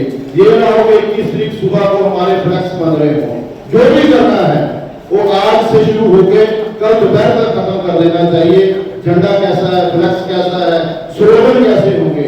और एक बात बड़ी समझदारी की है कि गुरु रविदास जी ने छाती ठोक के कहा, क्या कहा? कह रविदास खलास तुम्हारा, जो हम सहरी सो मीत हमारा। और इस शब्द को मैं दूसरे रूप में देखूं तो हमें छाती ठोक के बात करनी चाहिए। जैसे माननीय एडवोकेट ओपी इंदल जी ने 24 घंटे अपना ऑफिस चंडीगढ़ में 44 सेक्टर में चलाया हुआ, जो एजी पंजाब की हाई कोर्ट की लड़ाई जीती गई है, उसमें से कम 30 से ज्यादा सरकारी वकील, जिसको आप बोलते हैं एजी पंजाब में एडवोकेट जनरल में 30 जमात वकील भर्ती हो गए हैं, जिनकी सैलरी 2 लाख रुपया है। उसका सेरा ओपी इंदल जी को जाता है 2 साल को। और दूसरी बात, उनमें से आने वाले समय में 2, 4, 5 हाई कोर्ट के जज भी बनेंगे, वो भी जो सुप्रीम कोर्ट भी जाएंगे। ये है काम करने का तरीका। हमें सोच से, समझ से हर आंदोलन करना चाहिए, धरना प्रदर्शन करना चाहिए और हमें अपने जो एडवोकेट्स हैं उनकी एक चेन तैयार करनी चाहिए। मैं सुप्रीम कोर्ट में केस लड़ने गया, मुझे एक भी चमार वकील वहां नहीं मिला। मैं ढूंढता रहा, एक भी नहीं मिला। अगर आपकी नजर में हो तो बता देना। हाँ, होगा कोई, वो अपने आप को शो नहीं करता। इस तरह छाती ठोक के, जिस तरह गुरु रविदास जी ने कहा, कह रविदास खलास तुम्हारा, जो हम सहरी सो मीत हमारा। यही आज का टॉपिक है कि हमें धरना प्रदर्शन करना चाहिए और समाज की एकता को भी ध्यान में रखकर आगे बढ़ना चाहिए। और बाबू मंगूराम मुक्कोबाल जी को, जिन्होंने चमार को एक शक्ति दी है, चमार को एक टाइटल दिया है, और आपको याद होगा कि उन्होंने 1937 में रिजर्वेशन का आधार बना दिया था, जो हमारी ये छोटी बहन आज बोल रही है। ये बाबू मंगूराम का मेमोरेंडम था, उसमें मैंने खुद लिखा, उसको ट्रांसलेट करके उसमें लिखा कि हमारी बेटियां पढ़नी चाहिए। आप वकील बने हैं, ये बाबू मंगूराम जी का 1937 से पहले कहा जाकर मेमोरेंडम दिया शिमला में मेमोरेंडम दिया गवर्नर को कि मेरे समाज की बेटियां पढ़नी चाहिए। इस करके आज घबराने की जरूरत नहीं है, करने की जरूरत है। जैसे ओपी इंदल जी का तो उन्होंने कहा कि लीगल लड़ाई लड़ने के लिए मैं तैयार हूं, और समाज को भी चाहिए ऐसे वकील को सम्मान करना चाहिए, इनके पीछे खड़ा होना चाहिए, इनसे वार्ता करनी चाहिए। हमें टकराव छोड़ के, दीवार छोड़ के, आपस में भाईचारा पैदा करके, जितने हमारे समाज के बुद्धिजीवी हैं सब में तालमेल करके 21 तारीख को हमें कामयाबी कर दिखा दी तो मोदी और उसकी आरएसएस और उसकी पूरी कांग्रेस हमारे समाज के तलवे चाटेगी। जिस तरह बाबा साहब ने कांग्रेस को तलवे चटाए, इसी तरह आपके भी तलवे चाटेंगे ये सरकार वाले। मैं तेरा सुझाव रख रहा हूँ कि 21 तारीख की कामयाबी होनी चाहिए। धन्यवाद। जय भीम, जय गुरु। सम्मान देयोग साथियों, मेरे वीर बुजुर्गों, भैन भरा जिन्हें भी अज के इस सम्मेलन में भी साथी पहुंचे आ, सारे इत्थे पहुंचण ते जी आया धन्यवाद। सो गल सुझावां की चल रही है, देखते हैं मन जानत सब बात जानत ही ओगण करे। हाथ दीपक काहे की प्रसलाद, काहे की प्रसलाद हाथ दीपक कुएं पर है। सानू सारा कुछ पता है कि इस सुझाव किहड़ा सुझाव साडे लई जरूरी है। जे तुसीं देखिया होए कल की स्टेटमेंट नायब सैनी जी मुख्यमंत्री है जिहड़े साडे मेरे हिसाब नाल उन्होंने ज्यादा काल है ये लागू कराने दी, वो सुप्रीम कोर्ट तो भी ज्यादा काल भी हरियाणा दे विच असीं क्योंकि कल वो कह रहे सी कि आचार संहिता लागी असीं चुनाव आयोग नूं भी भेजांगे लागू कराने वास्ते। साथियों सीधी जी गल है, अपना तो मोटा मोटा सुझाव है, अगले राजनीति की सत्ता से बैठ के गद्दी से बैठ के तुहाडे खिलाफ फैसले ले रहे हैं ते तुसीं अपनी राजनीति ताकत मजबूत करके अगलियां नूं गोडे पट्टे ला रहे हो। हुण गल चल रही सी साडे एमएलए एमपी एमएलए बोलते नहीं, वो साडा प्रेशर नहीं मनते। वो साडा प्रेशर क्यों मनणगे? क्योंकि उन्होंने ऊपर ते अपने तो भी ज्यादा प्रेशर उन्होंने आका पा रहे हैं, वो साडी नहीं सुनेंगे। और दूसरी गल है, जे कोई साडी आवाज सुनदा, जे कोई साडी आवाज चलदा, भैन कुमारी मायावती जी ने सीधे तौर पे किया ये फैसला बहुत गलत है।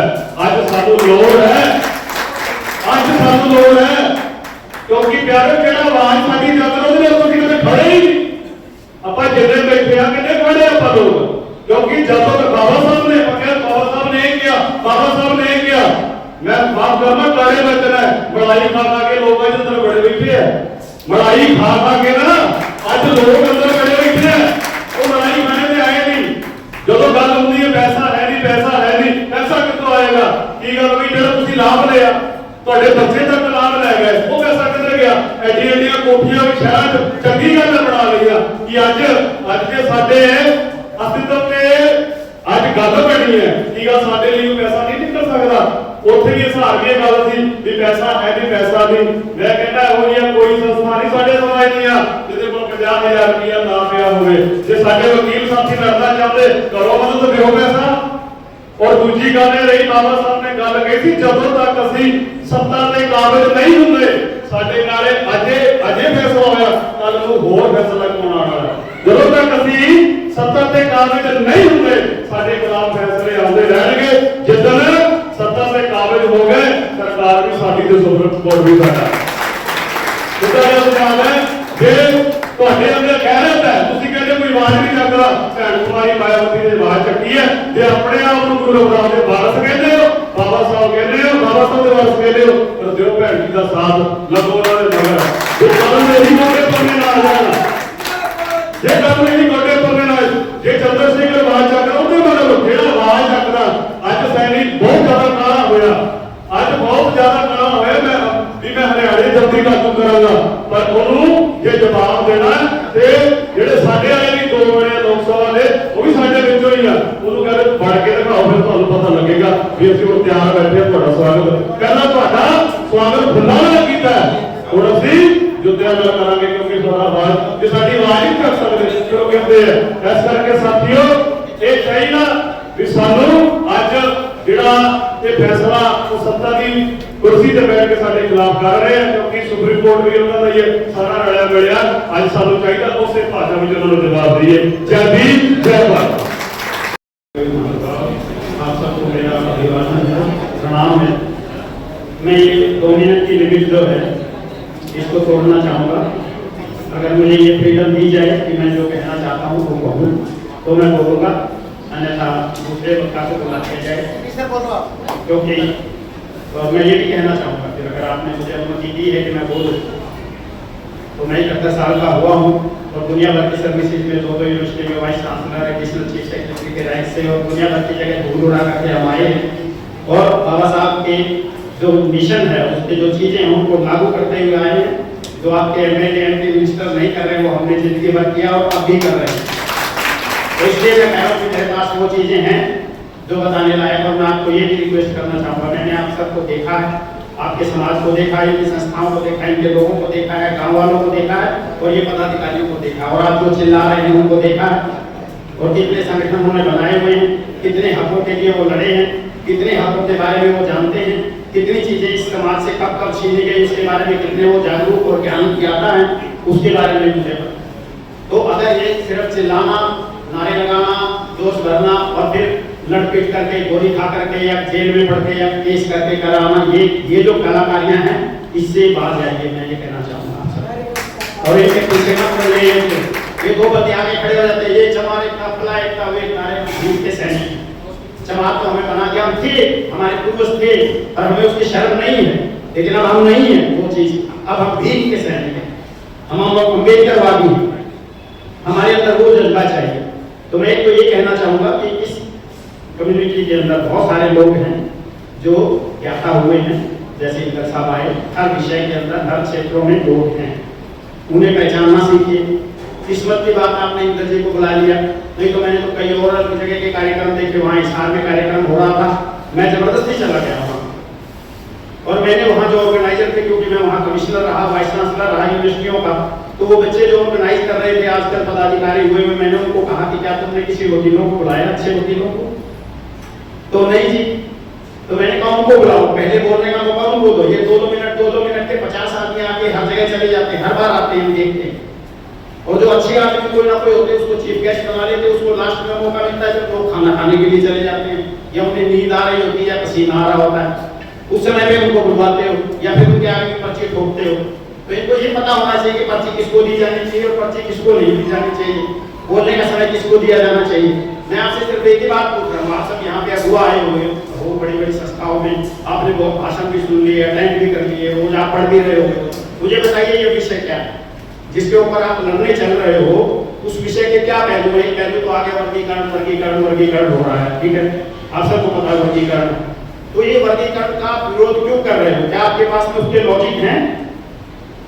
क्या आपके पास उसके कारण है? कोई आपको प्रेस वाला जब आप जा रहे हो विज्ञापन देने या कोई अधिकारी आपसे पूछ लेता है कि आप क्यों इसका विरोध कर रहे हो, क्या आपके पास लॉजिक, आपके पास क्या दिक्कत हो रही है ऐसा? तो क्या हमारे पास में प्रोजेक्ट और पक्के इसके कुछ कारण है तो दूसरे आदमी को भी, आप तो चला रहे हो इसलिए आपको जचेगी, लेकिन तो दूसरे आदमी को भी जचे, किसी और कास्ट वाले को भी जचे, क्योंकि आप न्याय की दुहाई दे रहे हो। हमारा समाज, हमारे पूर्वज न्याय के साथ, मेहनत के साथ अपना जीवन सिद्ध कराए हैं, उसी के कारण से आज हम यहाँ खड़े हैं और इस समाज जाति पे गर्व कर सकते हैं हम।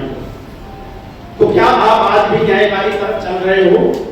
क्या आप जो कर रहे हो सिर्फ अपना ढोल पीटने के लिए तो नहीं है? आपके पास में कोई, क्या आपके पास में ऐसे ग्राउंड आप सोच के मुझे बताइए और लिख के दीजिए तो 10 ग्राउंड में मिलेंगे जो आप ये बता सको कि हम न्यायिक रूप से इसका जो विरोध कर रहे हैं इस कारण से कर रहे हैं कि हमारा ये छीना जा रहा है या हमारे साथ ये ज्यादती हो रही है या हमारे साथ ये अन्याय होगा। पहला मुद्दा। दूसरा मुद्दा जो इससे जुड़ा हुआ है, जिससे आज कोई चर्चा नहीं हुई, जिसको आज कोई नहीं ले रहा, वो इससे भी खतरनाक है। कौन सा मुद्दा है वो? दूसरा मुद्दा कौन सा इसके साथ जुड़ा हुआ जो इसी फैसले का अंग है, उससे खतरनाक जी? क्या?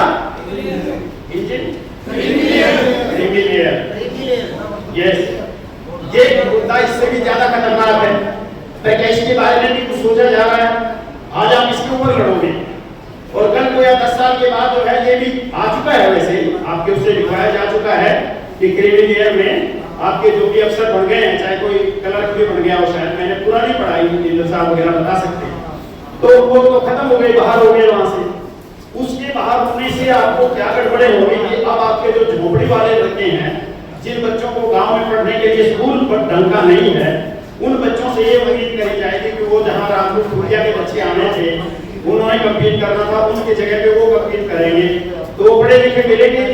अभी भी वो नॉट फाउंड सूटेबल कर देते हैं आपके बच्चों को, जो पढ़े लिखे बच्चे आते हैं, तो उनसे के बच्चे जैसे, तो जब वो झोपड़ी वालों के बच्चे आएंगे, वो तो 10वीं पास में होंगे, तो बीए भी नहीं कर रखा होगा, बीए किया होगा, 3rd डिवीजन से किया होगा, उनमें काबिलियत ही नहीं होगी, फिर वो आपको ये भी कहेंगे कि देखो कितने अंक का अंतर है, इनके तो इतने में 30 में आ रहे हैं, ये आ रहे हैं। तो ये सारी जो चीजों का घोटाला चल रहा है और इसके अंदर जो जो दिक्कतें हैं, आज की कहानी नहीं है ये और नीचे की कहानी 10 को पुरानी कहानी है। और क्रिमिनल की कहानी भी, जब मैंने आईएएस का इंटरव्यू दिया था तो क्रिमिनल का क्वेश्चन मुझसे पूछा गया था, 83 के बाद कह रहा हूं मैं कितने साल हो गए, लेकिन क्या आप जागे उसके लिए? क्या आप लोगों ने कभी बैठ करके, इतने बड़े बड़े आप कार्यक्रम करते हो, स्पेशल कभी कोई कार्यक्रम ऑर्गेनाइज किया इसके लिए कि ये सब ये परेशानियां हमारे को फ्यूचर में आएंगी, वर्गीकरण आएगा, क्रिमिनल आएगा, तो इसके ऊपर आप क्या करोगे? बताइए मुझे। आप क्रिमिनल में से कितने लोग कहते हैं कि क्रिमिनल होना चाहिए, कितने नहीं होना चाहिए? क्या आप लोग इसमें एक मत हो? क्या आपने इसका न्यायकारी रास्ता ढूंढा है? इसका न्यायकारी रास्ता क्या होना चाहिए? तो इसलिए मेरा कहना ये है कि इस तरह की चीजों में तो एक अच्छी खुशी की बात देख रहा हूँ। पहले तो प्रधान जी को भी धन्यवाद कहना चाहता हूँ कि उन्होंने ये आप लोगों का संगठन यहाँ पूरे हरियाणा का बुलाया, नहीं तो कुछ क्षेत्र में तो कुछ होता ही नहीं। मैं 11 साल से बैठा हूँ यहाँ पे, इस तरह के विषयों के ऊपर कुछ नहीं होता है। एक रविदास जी का जन्मदिन वो मनाते हैं और एक बाबा साहब का मनाते हैं, उन दोनों के ऊपर क्या होता है? अधिकतर जगहों पे मैंने देखा है, किसको बुलाते हो आप? जिनको आज कह रहे उसका बाइक काट कर दो, इन्होंने ये कर दिया, ये बोलते नहीं है, तो उसको कौन बुलाते हैं? आप प्रधान। इसलिए कि वो आपको सिर्फ 11 लाख रुपए दे जाते हैं, 21 लाख रुपए दे जाते हैं, फिर उनको बिठा के मालाएं डालते हो, ये करते हो। क्या उन दिनों में इन बातों पर चिंतन नहीं हो सकता? क्या आप उन दिनों में इंदर साहब को बुलाते हो? क्या आप उन दिनों में फुलिया जी को बुलाते हो या कोई और आदमी समाज सेवी को बुलाते हो? जहाँ पे लोगों के अंदर ये बात जाए, वहाँ महिलाएं भी हों, बच्चे भी हों, युवा भी हों, और उनको ये सारी चीजें कही जाए। क्या हम अपने अधिकारों की बात वहाँ करते हैं? कितने लोगों को पता है कि संविधान के अंदर हमारे ये जो अधिकार सेक्शन 46 जो संविधान का आर्टिकल 46 है, वो ये कहता है कि सरकार के दायित्व है कि वो जो ये वर्ग हैं, इन वर्गों का शैक्षणिक उत्थान भी करे और आर्थिक उत्थान भी करे। ये उसकी जिम्मेवारी है सरकार की। लेकिन आप में से कितनों को पता है कि ये सरकार की जिम्मेवारी है और हमें इस जिम्मेवारी की मांग करनी चाहिए? आप एक कमरा दे दो, एक हाल दे दो, एक फला दे दो, 1 लाख रुपया दे दो, एक घड़ी दे दो, इसी में चल रहे हो ना आप भी? तो जो आपके संविधान ने दिया, अगर आप वही मांग सरकार से नहीं करोगे तो जो संविधान ने दिया हुआ है, जो बाबा साहब दिलवा गए, वो उसको काटेंगे। क्योंकि उनको पता है, काम उनको पता है, पढ़े लिखे बैठे नहीं यहाँ पे सारे के सारे, कोई प्रोफेसर होगा, कोई चुना होगा, कोई ये होगा। और अगर है तो कितने लोगों को हमने दूसरों को बताया है? क्या कभी हम बताते हैं? बताओ कोई भी आदमी उसके खड़ा हो गया कि मैं ये चीज कहता हूँ, जहाँ पे जाता हूँ, बस ये कर दो, वो कर दो, सत्ता ले लो, सत्ता पे ले जाओ। अब दोनों पार्टियों को इनको हरा दो, बीजेपी को भी हरा दो, कांग्रेस को भी हरा दो। कौन सी पार्टी को दोगे? तीसरी मायावती जी को भी सारे गालियां देते हैं, तो कौन सी तुम्हारे घर में पार्टी बनी हुई है? और ये जो 15, 20, 50, 40 लोग गए हुए हैं गले बंद करके, एमपी बंद करके, उनको आपने ये कर दिया करना, तो दूसरे आदमी कहाँ है आपके पास? एक बच्चा मैं ये देख रहा हूँ, जो युवा बैठा है। कितने युवा आपके पास यहाँ बैठे हुए जिनको आप जो है कल बना सको, ऐसे जो जिनमें चरित्र हो, जिसमें समाज के सोचने का माता, जिनमें अपनी क्लास के लिए मरने का माता, कहाँ है वो? कहाँ से तैयार किए आप लोगों? तो वो बनाते रहे ना। आज इसको बनाया, उसको गाली दे रहे हो, ऐसे बन गया, कल इसको भी गाली देना। उनको तो तुम्हारी किस्मत में गाली देना लिखा है, क्योंकि तुम्हारा काम गाली देने वाला। तो बनाइए, उन लोगों को खड़े करिए, उन युवाओं को साथ दीजिए, उनको सरपंच बनाने से शुरू करिए, जिला परिषद के मेंबर बनाने तक करिए। तो तुम ये करिए, पहले तो एमएलए को कहाँ पहुंचोगे तुम? कम से कम यही तो बना लो कि किसी को मेंबर ही बना दो, तो वो भी नहीं बनाते ठीक आदमी। तो ठीक आदमी हो, समाज का सोचता, और तो समाज के सोचता लोगों को साथ जोड़िए। मैं मेरा पहला अवसर होगा, ये अवसर को जानबूझ के जबरदस्ती से इस संस्थान के साथ में आया और कोशिश करते रहा। ये चला जाता, मैं अपनी जिंदगी लगा रखी है यहाँ पर इस देश के लिए, समाज के लिए, समाज की भलाई। तो आप कितने लोगों को बुलाते हो? इसके अलावा किस तरह इस अवसर को आपने बुलाने की कोशिश किया है? इस अवसर को किसी और अवसर को, किसी लीडर को, किसी प्रोफेसर को, किसी वाइस चांसलर को, कितने लोग आप जानते हो जो आपकी समाज के सेवी हैं और सर्विसेज में रहे हैं, बड़े पदों पर रहे हैं? कितनों को आप जानते हो और कितनों को आप स्थान और मंच देते हो? अगर कोई यहाँ आ भी जाए तो शायद पीछे में कुछ ना मिले। जी सर, की क्या जरूरत है सर? वो आप नहीं आ सकते। आदत है कि किसी की शादी में अगर नहीं बुलाया गया तो अपने आप नहीं पहुंच जाना वहां पे, समझे ना? 2 अप्रैल में हम भी बिना बुलाए रहे हैं, 2 अप्रैल के उसके अंदर, लेकिन ये आयोजन है यहाँ का, इसकी व्यवस्था में कोई बुराई नहीं। क्या बुराई है? इंदर साहब को कहते थे, इंदर साहब आप आइए, आपसे ये काम करवाना है। यहाँ पे अगर किसी आदमी को आप इज्जत से बुलाओगे तो क्या हो जाएगा? उससे मुझे बताइए। अगर इज्जत से आप जो है मुझे यहाँ के बिठाओगे, 1 से 2 मिनट बात, इसका मतलब आपको उनकी बातों की कोई जरूरत नहीं है। आप अपने आप में बड़े कलाकार हो गए हो, सब चीजों के जानकार हो गए हो। तो इसलिए मेरा निवेदन है आप सबसे कि मेहरबानी करके महिलाओं को भी जोड़ो और युवाओं को भी जोड़ो। ये सारे युवाओं का एकदम कोई युवाओं का इस जगह पे कोई वो नहीं है, उनके बारे में कोई सोच नहीं है, उनको कोई प्लेटफॉर्म नहीं है। आप तो युवा ही एमपी बन रहे हैं, एमएलए बन रहे हैं। तो उन सबको मेरा आपसे निवेदन है, मैं आपके समाज की भलाई के लिए, और मैंने भी जो ऑब्जर्व किया, मेरा कोई अपना स्वार्थ नहीं है, मेरी कोई अपनी चीज नहीं है।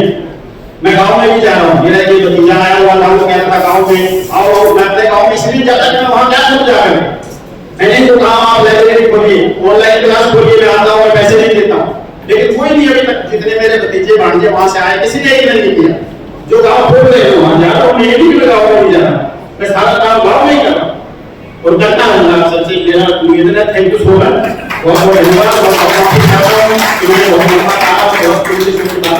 उसके लिए भी माफी बहुत ही सम्मानित समाज की प्रेम, युवा साथी और बुजुर्गों, मातृशक्ति, नौजवान साथी, समय की बात है, 2 मिनट है, तो 2 मिनट में वक्तव्य देना तो संक्षिप्त में नहीं कर गए, संक्षिप्त में इस आत्मचोरी से सदियों से नाता है।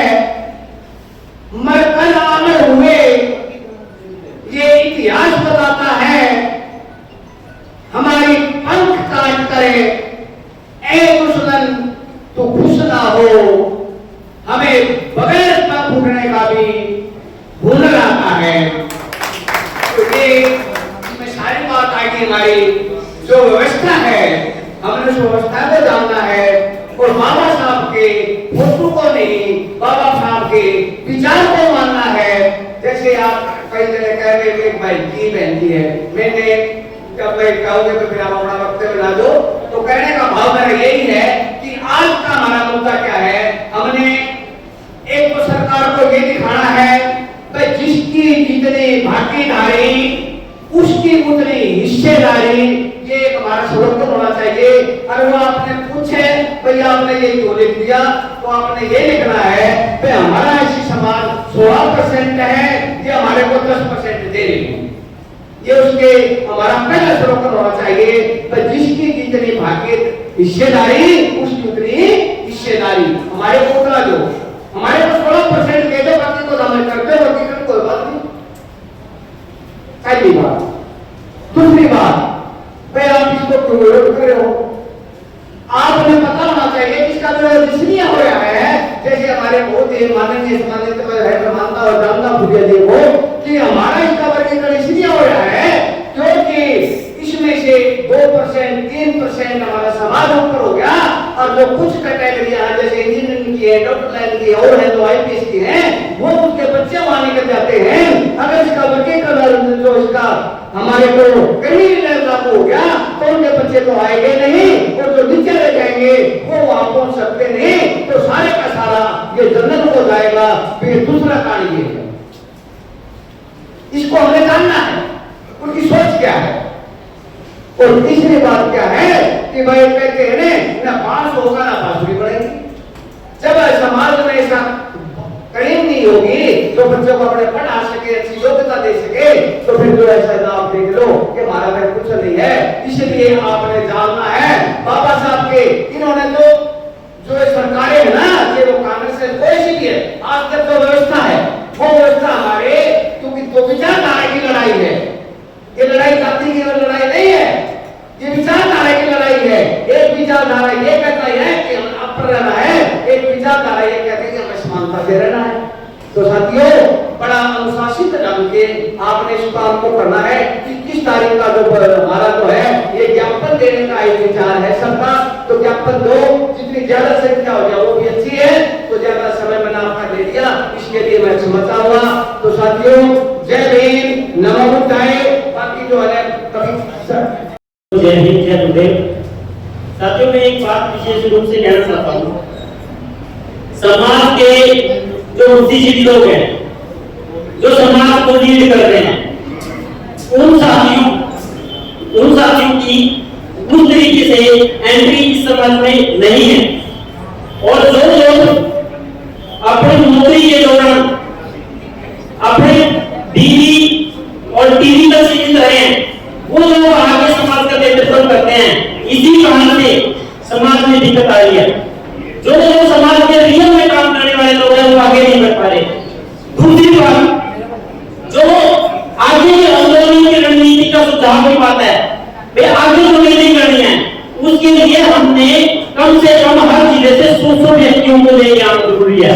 100 व्यक्तियों की टीम बनानी है हर जिले में कम से कम, और उन 100 व्यक्तियों को 2 गांव भी देंगे तो पूरा जिला जैसे हमारे 250 के आसपास गांव है और 250 लोगों की अगर टीम बनता है, कोई बड़ी बात नहीं है। जिला 250 लोगों की सिर्फ 2 गांव दे दो, 200 गांव से 7-10 लोगों को इकट्ठा करेंगे, चाहे कितने लाख लोग इकट्ठे कर दियो। दूसरी बात, जो 21 तारीख को बाहर होने का जो चला हुआ सिस्टम, इसमें एक चीज करनी चाहिए, हम लोगों ने रोड पे नहीं आना चाहिए, सड़कों पे नहीं आना चाहिए। क्योंकि पहले जो लड़ाई होती थी बुझाओं में, जिस साथी के साथ के अंदर बल होता था वो युद्ध लड़ता था, उसके बाद तोपों की लड़ाई आई, बंदूकों की लड़ाई आई, वो तो चली नहीं है। परंतु लोकतंत्र की जो लड़ाई है वो जनसभाएं हैं, इनकी लड़ाई है। जिसकी जितनी बड़ी जनसभा होगी वो जीतेगा। और दूसरी बात, जो वर्गीकरण किया जा रहा है, इस वर्गीकरण के पीछे ये कारण है कि किसी को भाई लाभ देना है। लाभ देना का कारण ये मानसिकता है सरकार की, क्योंकि पहले रिजर्वेशन जो हमारी 20% है वो पूरी नहीं है, उसमें 5-7% लोग हैं। ये वर्गीकरण इसलिए करवा रहे हैं कि जो समाज बुद्धिजीवी साथी जो समाज की आवाज उठाने लगे, बाबा साहब के आंदोलन को चलाने लगे, बाबा साहब के आंदोलन को कुचलने के कारण ये वर्गीकरण किया जा रहा है। क्योंकि जो बाबा साहब की विचारधारा के लोग हैं वो मैक्सिमम चलवा जाति के लोग बाबा साहब की विचारधारा को बढ़ा रहे हैं और दूसरों के हकों के लिए लड़ रहे हैं। उन लोगों को रोकने के लिए ये सरकार ये षड्यंत्र कर रही है। दूसरा कारण ये है साथियों, मैं तो एक बात कहूँ हरियाणा में भाई जो थोड़ी सी खोज सी होता है देखो, जो माननीय विधानसभा चुनाव है ना, इसमें इन लोगों को अच्छा सबक सिखा दो। एक भी एमएलए इनका जीतना चाहिए, चाहे युवा हमारे समाज का भी बीजेपी से कैंडिडेट आए उसको भी वोट ना दे, वोट उसको दे जो इस आंदोलन में शामिल हो। इस आंदोलन में शामिल जो भी व्यक्ति हो, चाहे कोई भी साथी हो, चाहे वो बीएसपी का हो, चाहे वो इनेलो का हो, चाहे वो कांग्रेस का हो, चाहे वो जेडीपी का हो, बीजेपी को छोड़ के किसी भी पार्टी का हो, उस साथी को मजबूत करो। और जब तक हम ये चीजें नहीं कर पाएंगे, जब तक सत्ता पे हम काबिज नहीं रह पाएंगे, तब तक कुछ होने वाला नहीं है। और रही बात भाषणबाजी की, भाषण देने वाले हमारे समाज में बहुत सारे साथी हैं और मैं यही बात कहूंगा, नौकरी के दौरान जिन साथियों ने काम किया है समाज में, जो दो समाज के लिए लड़े हैं, जेलों में गए हैं, उन लोगों को साथियों मौका दें। और जो बुजुर्ग साथी हमारे जो समाज में पहले काम करे, उनकी एक टीम बनाई जाए, उनके नेतृत्व में काम करें। और कर्मचारियों की जो टीम रहे वो एक सलाहकार समिति के रूप में रहे, ना कि आयोजक या आंदोलनकारी के रूप में। धन्यवाद। इसी कड़ी में लोग कहते हैं बदलता है जमाना, मर्द वो होते हैं जो जमाने को बदल देते हैं। संत श्रोमणी गुरुदास जी महाराज के चरणों में नमन करते हुए, बाबा साहब को नमन करते हुए, साथियों जैसा कि आप लोग सुन रहे हो, काफी साथियों में सुझाव आए हैं, तो मेरे मन में भी आया दो सुझाव मैं देना चाहूंगा आपको। तो मेरे पूर्व के वक्ता हमारे छोटे भाई रोहतास मेहरा जी ने जैसे बताया, मैं आज सड़क पे उतरने की बजाय वोट की चोट की जरूरत है। तो मेरा विचार साथी से थोड़ा हटके है। एक बार, सिर्फ एक बार किसी भी एक पार्टी को चुन लो आप, इस पार्टी को छोड़ के जिसकी सरकार है। एक बार भाई भतीजावाद, रिश्तेदारी, अड़ोसी पड़ोसी का हमारी जो भी लिहाज है, सिर्फ एक बार एक पार्टी को वोट दे दो सारे चुनाव, नतीजा आपके सामने हो सकता है। सिर्फ एक बार यहां से जो भी फैसला कमेटी लेगी, हम आपके साथ हैं। और दूसरा मेरा जो सुझाव है, वे जो ज्ञापन देंगे वो ज्ञापन अगर हो सके पूरे हरियाणा का एक ही होना चाहिए वो ज्ञापन भी। ये नहीं कैथल वाले कुछ लिख रहे हैं, कुरुक्षेत्र वाले कुछ लिख रहे हैं, रोहतक वाले कुछ। ज्ञापन की जो भाषा है या ज्ञापन में जो भी आप मांग रखोगे वो ज्ञापन भी एक होना चाहिए साथियों। तो आप लोगों ने मुझे मौका दिया, बहुत बहुत धन्यवाद। आज की इस मीटिंग के आयोजक सभी सम्मानित साथी, जो मंच पे विराजमान, हरियाणा के कोने कोने से आए हुए मेरे बुजुर्ग साथियों, साथियों मेरे से पहले वक्ताओं ने जो बातें आपको समझा दी, मैं किसी एक बात को भी इसमें नहीं जाना चाहता, लेकिन मेरा एक सुझाव है। हमने यहाँ क्षेत्र में रहते हुए 40 सालों के सूरजपाल में रहते हैं, यूनिवर्सिटी में इनके साथ हमने नौकरी भी की, आंदोलन भी किए, कर्मचारी संगठन में।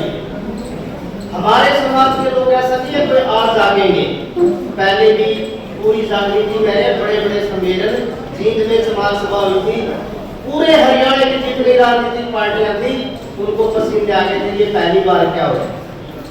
लेकिन गड़बड़ कहाँ होती है? मेरा सुझाव है, जो अभी ये कमेटी आगे की रूपरेखा के लिए कोई कमेटी बनाएगी, उसमें से कोई भी साथी है, किसी भी पॉलिटिकल जो पार्टी में वो टिकट मांगता है, उसका पदाधिकारी है, वो इस पोटी से दूर हो। सबसे बड़ी गड़बड़ इस एकता में यही भी आती है और कहीं नहीं। जो साथी कोई भी, मैं यहाँ 2-3 साथियों को देख रहा हूँ, तो साहब आपने टिकट मांगो, अच्छी बात है, हमें क्या दिक्कत है? कोई नेता में मांगो, बीजेपी में मांगो, तो आप किसी में कह रहे किसी में मांगो, साथियों उनका अपना ये बात सही है। आप एक बात कह रहे हैं कि इनके क्यों करते हैं तुमसे हमारे टिकटार्थी आएंगे, भाई सबको क्यों करते हैं? 21 तारीख के बाद कोई हम सम्मेलन करेंगे या अपने पास वोट मांगने आएंगे, उनसे जवाब दे भाई इसका आपका क्या स्टैंड है। बीजेपी वाला तो हमें वाल्मीकियों का हमें दुश्मन बना दिया, आप हमारे बीच में कोई समारोह में भी दुश्मन बन जाए, ये क्या चाहते हैं? तो ये चाहते हैं काफी अब चुनाव का टाइम है, हम हर कोई मेरे ख्याल से माफी चाहूंगा मैं कि आप में से 10 भी आदमी ऐसे होंगे जो हम सारे कहीं ना कहीं जुड़े होंगे किसी न किसी के साथ वोट के तौर पे। इसमें मेरा एक सुझाव है, मैं अपनी बात करना ज्यादा रहेंगे। ये जो 21 तारीख को है, इसका कहीं दूर तक जुलूस ना निकाल के डीसी ऑफिस के सामने करते हो, ताकि वो लोग भाई गर्मी भी है सब कुछ है, चल के डीसी ऑफिस तक आधे रास्ता में आते हैं, कोई ऐसा पॉइंट बनाता है। और दूसरा, हमारी जो गांवों में रविदास सभा है या अम्बेडकर भवन है, उनकी भी कोठी बनी हुई है, जहां से हमें अगर आज्ञा भी रैली में जरूरत पड़ेगी इस 21 के बाद, वो लोग जाएंगे गांवों में से, उनसे कांटेक्ट करिए तो वहां पे पदाधिकारी खड़े हैं, भाई यो मसला है, और उनको समझाने चाहिए बिल्कुल ठीक है। ये जो से भाई मेरी तरह मैं भी रिटायर हूँ, 60 70 75 वाले हैं, जो काम है तोड़ लाने वाला, ये तोड़ भाई आप पे को हिला दे रहे 75 साल वाले, ये वो लगाएंगे। जो बच्चे यूनिवर्सिटी में पढ़ रहे हैं उनसे तालमेल करो, जो बेरोजगार गाँव में है उनसे तालमेल करो, उनको अपने दिशा निर्देश का काम कराओ, तभी हम इसमें सफल होंगे। नहीं तो साथियों हम एक दूसरे की टांग खींचने में लगे रहे। साथियों ये ना करें, कोई साथी 10 कदम चल सकता है, कोई 20 चल सकता है, कोई 50 चल सकता है, 10 कदम वाले बात क्यों ना ये पीछे रह जाओ, उसको भी चलने दीजिए। इसलिए मैं अपनी बात को यही बात करता हूँ। जय भीम, जय भारत। जय भीम, जय भारत, जय गुरुदेव।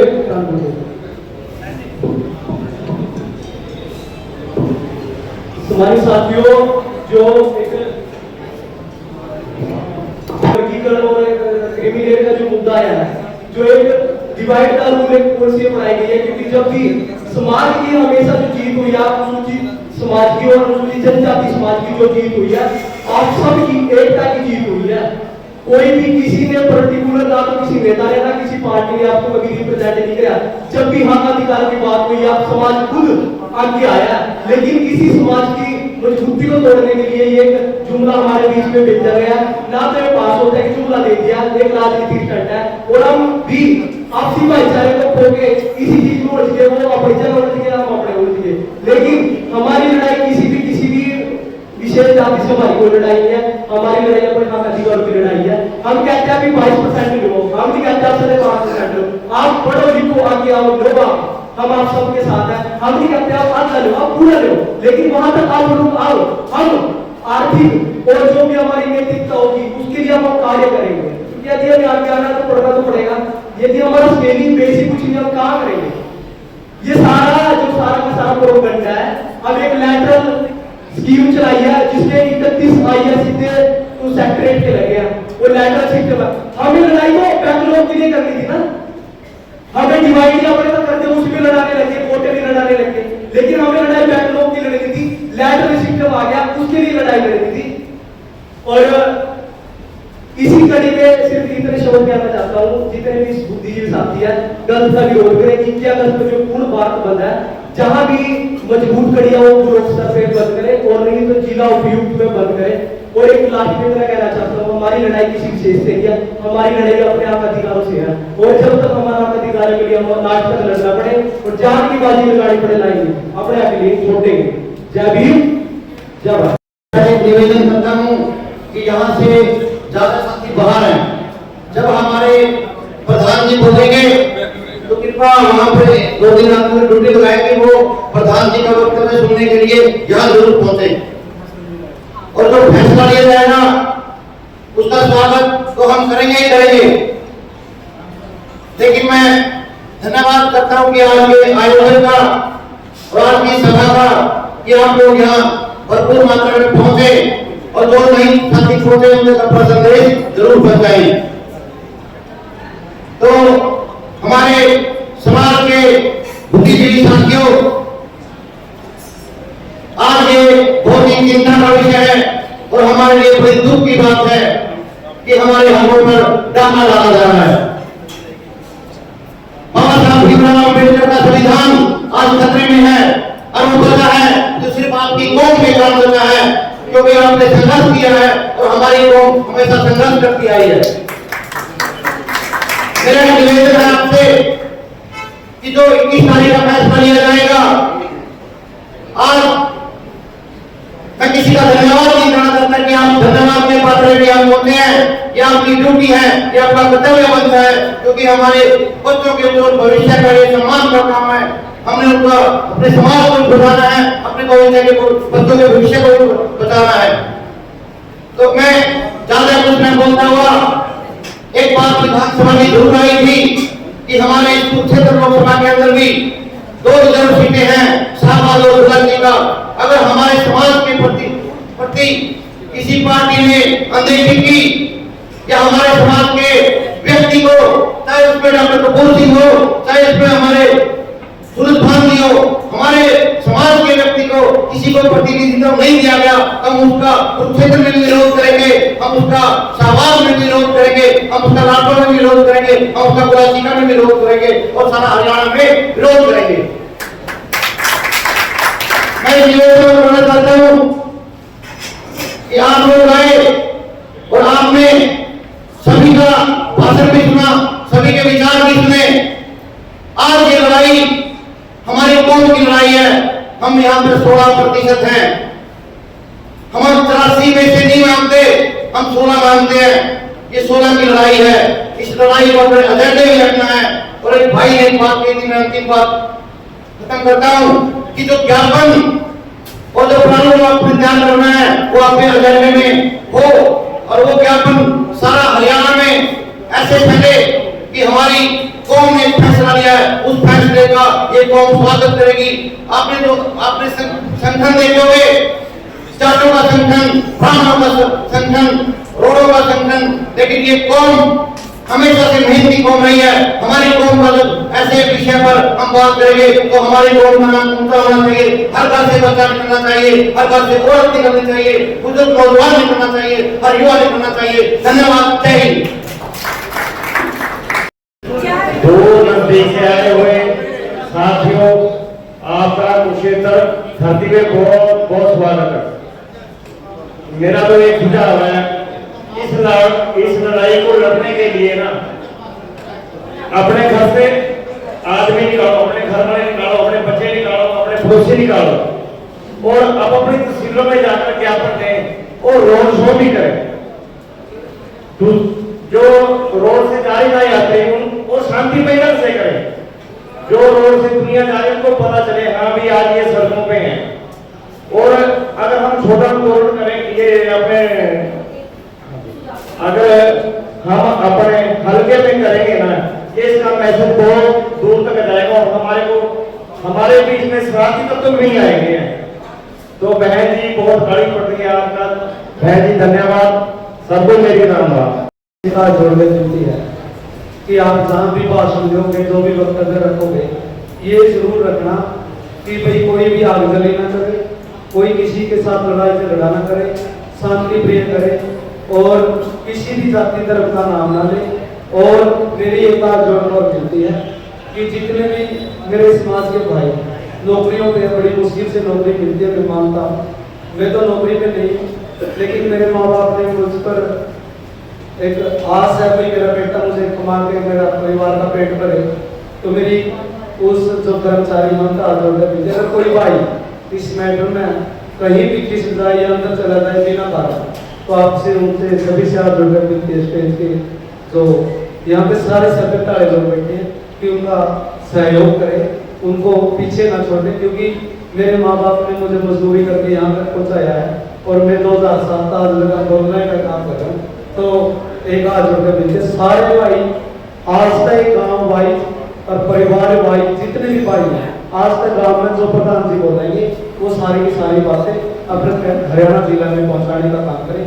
सारे भाइयों ने हाथ जोड़कर विनती द्वारा कि अधिक से अधिक जनसंख्या में इस आंदोलन को कामयाब करें। क्रांतिकारी जय जय गुरुदेव।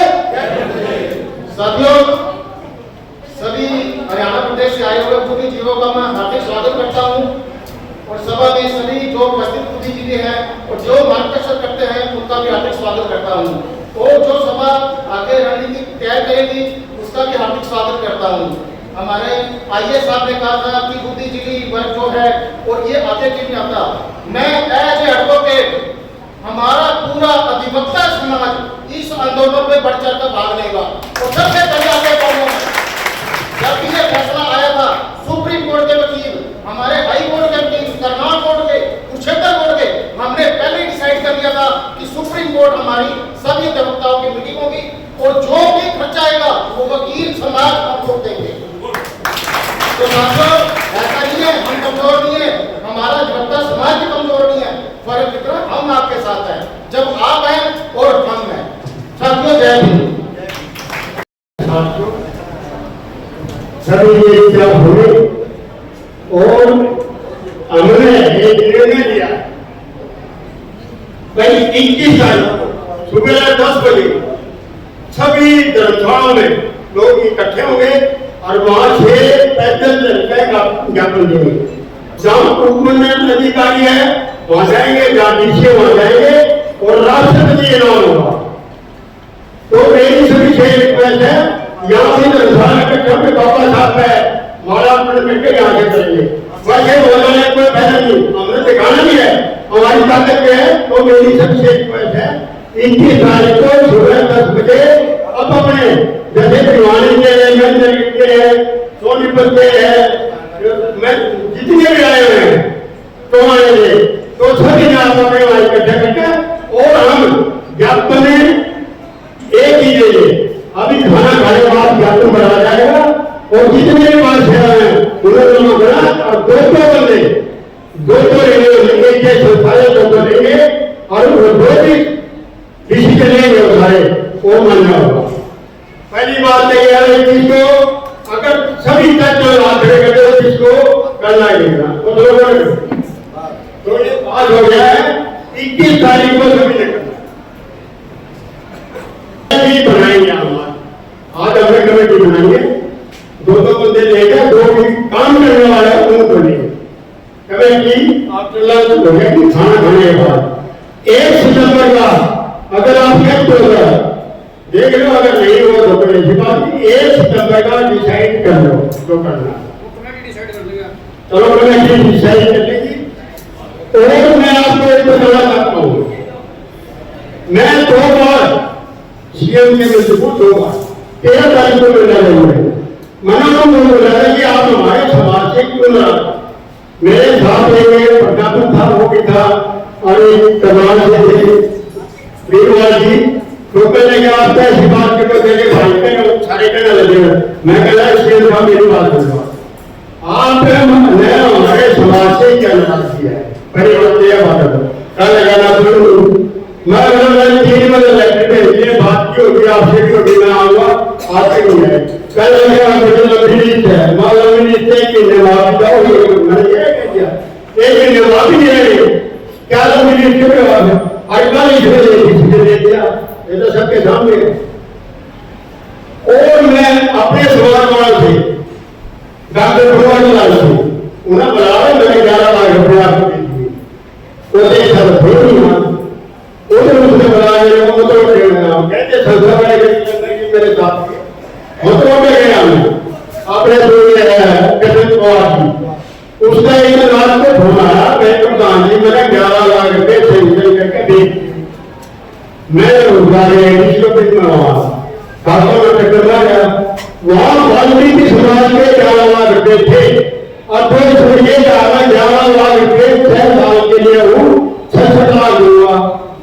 मैंने फोन किया मैं क्या ये जा रहा है आपसे क्या लगा वो अपने वाली बात हूँ अब क्या करोगे पूरा भेजा लग गया ऑब्जेक्शन लग गया ऑब्जेक्शन हो गया बताओ मेरे ऑब्जेक्शन तो हम पढ़े लेते हैं हमने भी नौकरी के लिए ऑब्जेक्शन जब लगता है जब लेटर आ जाता है ये उसमें नहीं है हम अपने आप को करवाएंगे आप 11 लाख भेजो बस वो फिर मैंने कहा कि हमको आज के बाद आएंगे जवाब दे दो ना बस वो फोन होने का नहीं हमारे क्या बात करोगे तो हमने जब से हमारे हमने यहाँ बाबा साहब की जयंती में, श्री गुरु रविदास जयंती में किसी भी पॉलिटिशियन को नहीं बुला, अगर बुलाया दादा मेरे को, हमने किसी को भी नहीं बुलाया, हमने अपने ऑफिसर ही बुलाए हैं, अपने समाज के बुलाए हैं, हमने नहीं बुलाया किसी को। और अब तो मुझे हमने कहना था कि 21 तारीख को हमने ज्ञापन देना है, फाइनल ये कर दिया हमने।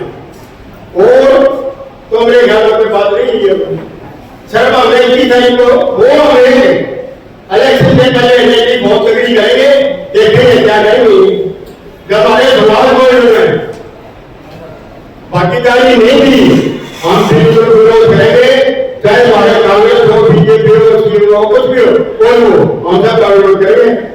तो अभी हम देख रहे हैं किसको क्या करेंगे, क्या करें। अभी तो जब तक ये टिकट नहीं देंगे तो उसमें अब तक तो हम कह नहीं सकते कि अब तक क्या है क्या नहीं के दिमाग में। बिल्कुल थोड़ा सा पहले मैं जवाब हमने में इलेक्शन को कुछ बनना हमने कुछ नहीं है, हम समाज के लिए लड़ेंगे। ये सरकार के पास बहुत तगड़ा सुनने से आंदोलन का इसी के साथ जैविक मजबूत है। थोड़ा सा इनको मेंटेन करके महापुरुष को बनाने लगा के मैं बात रखूंगा। तो एक बार दोबारा मेरा साथ दो।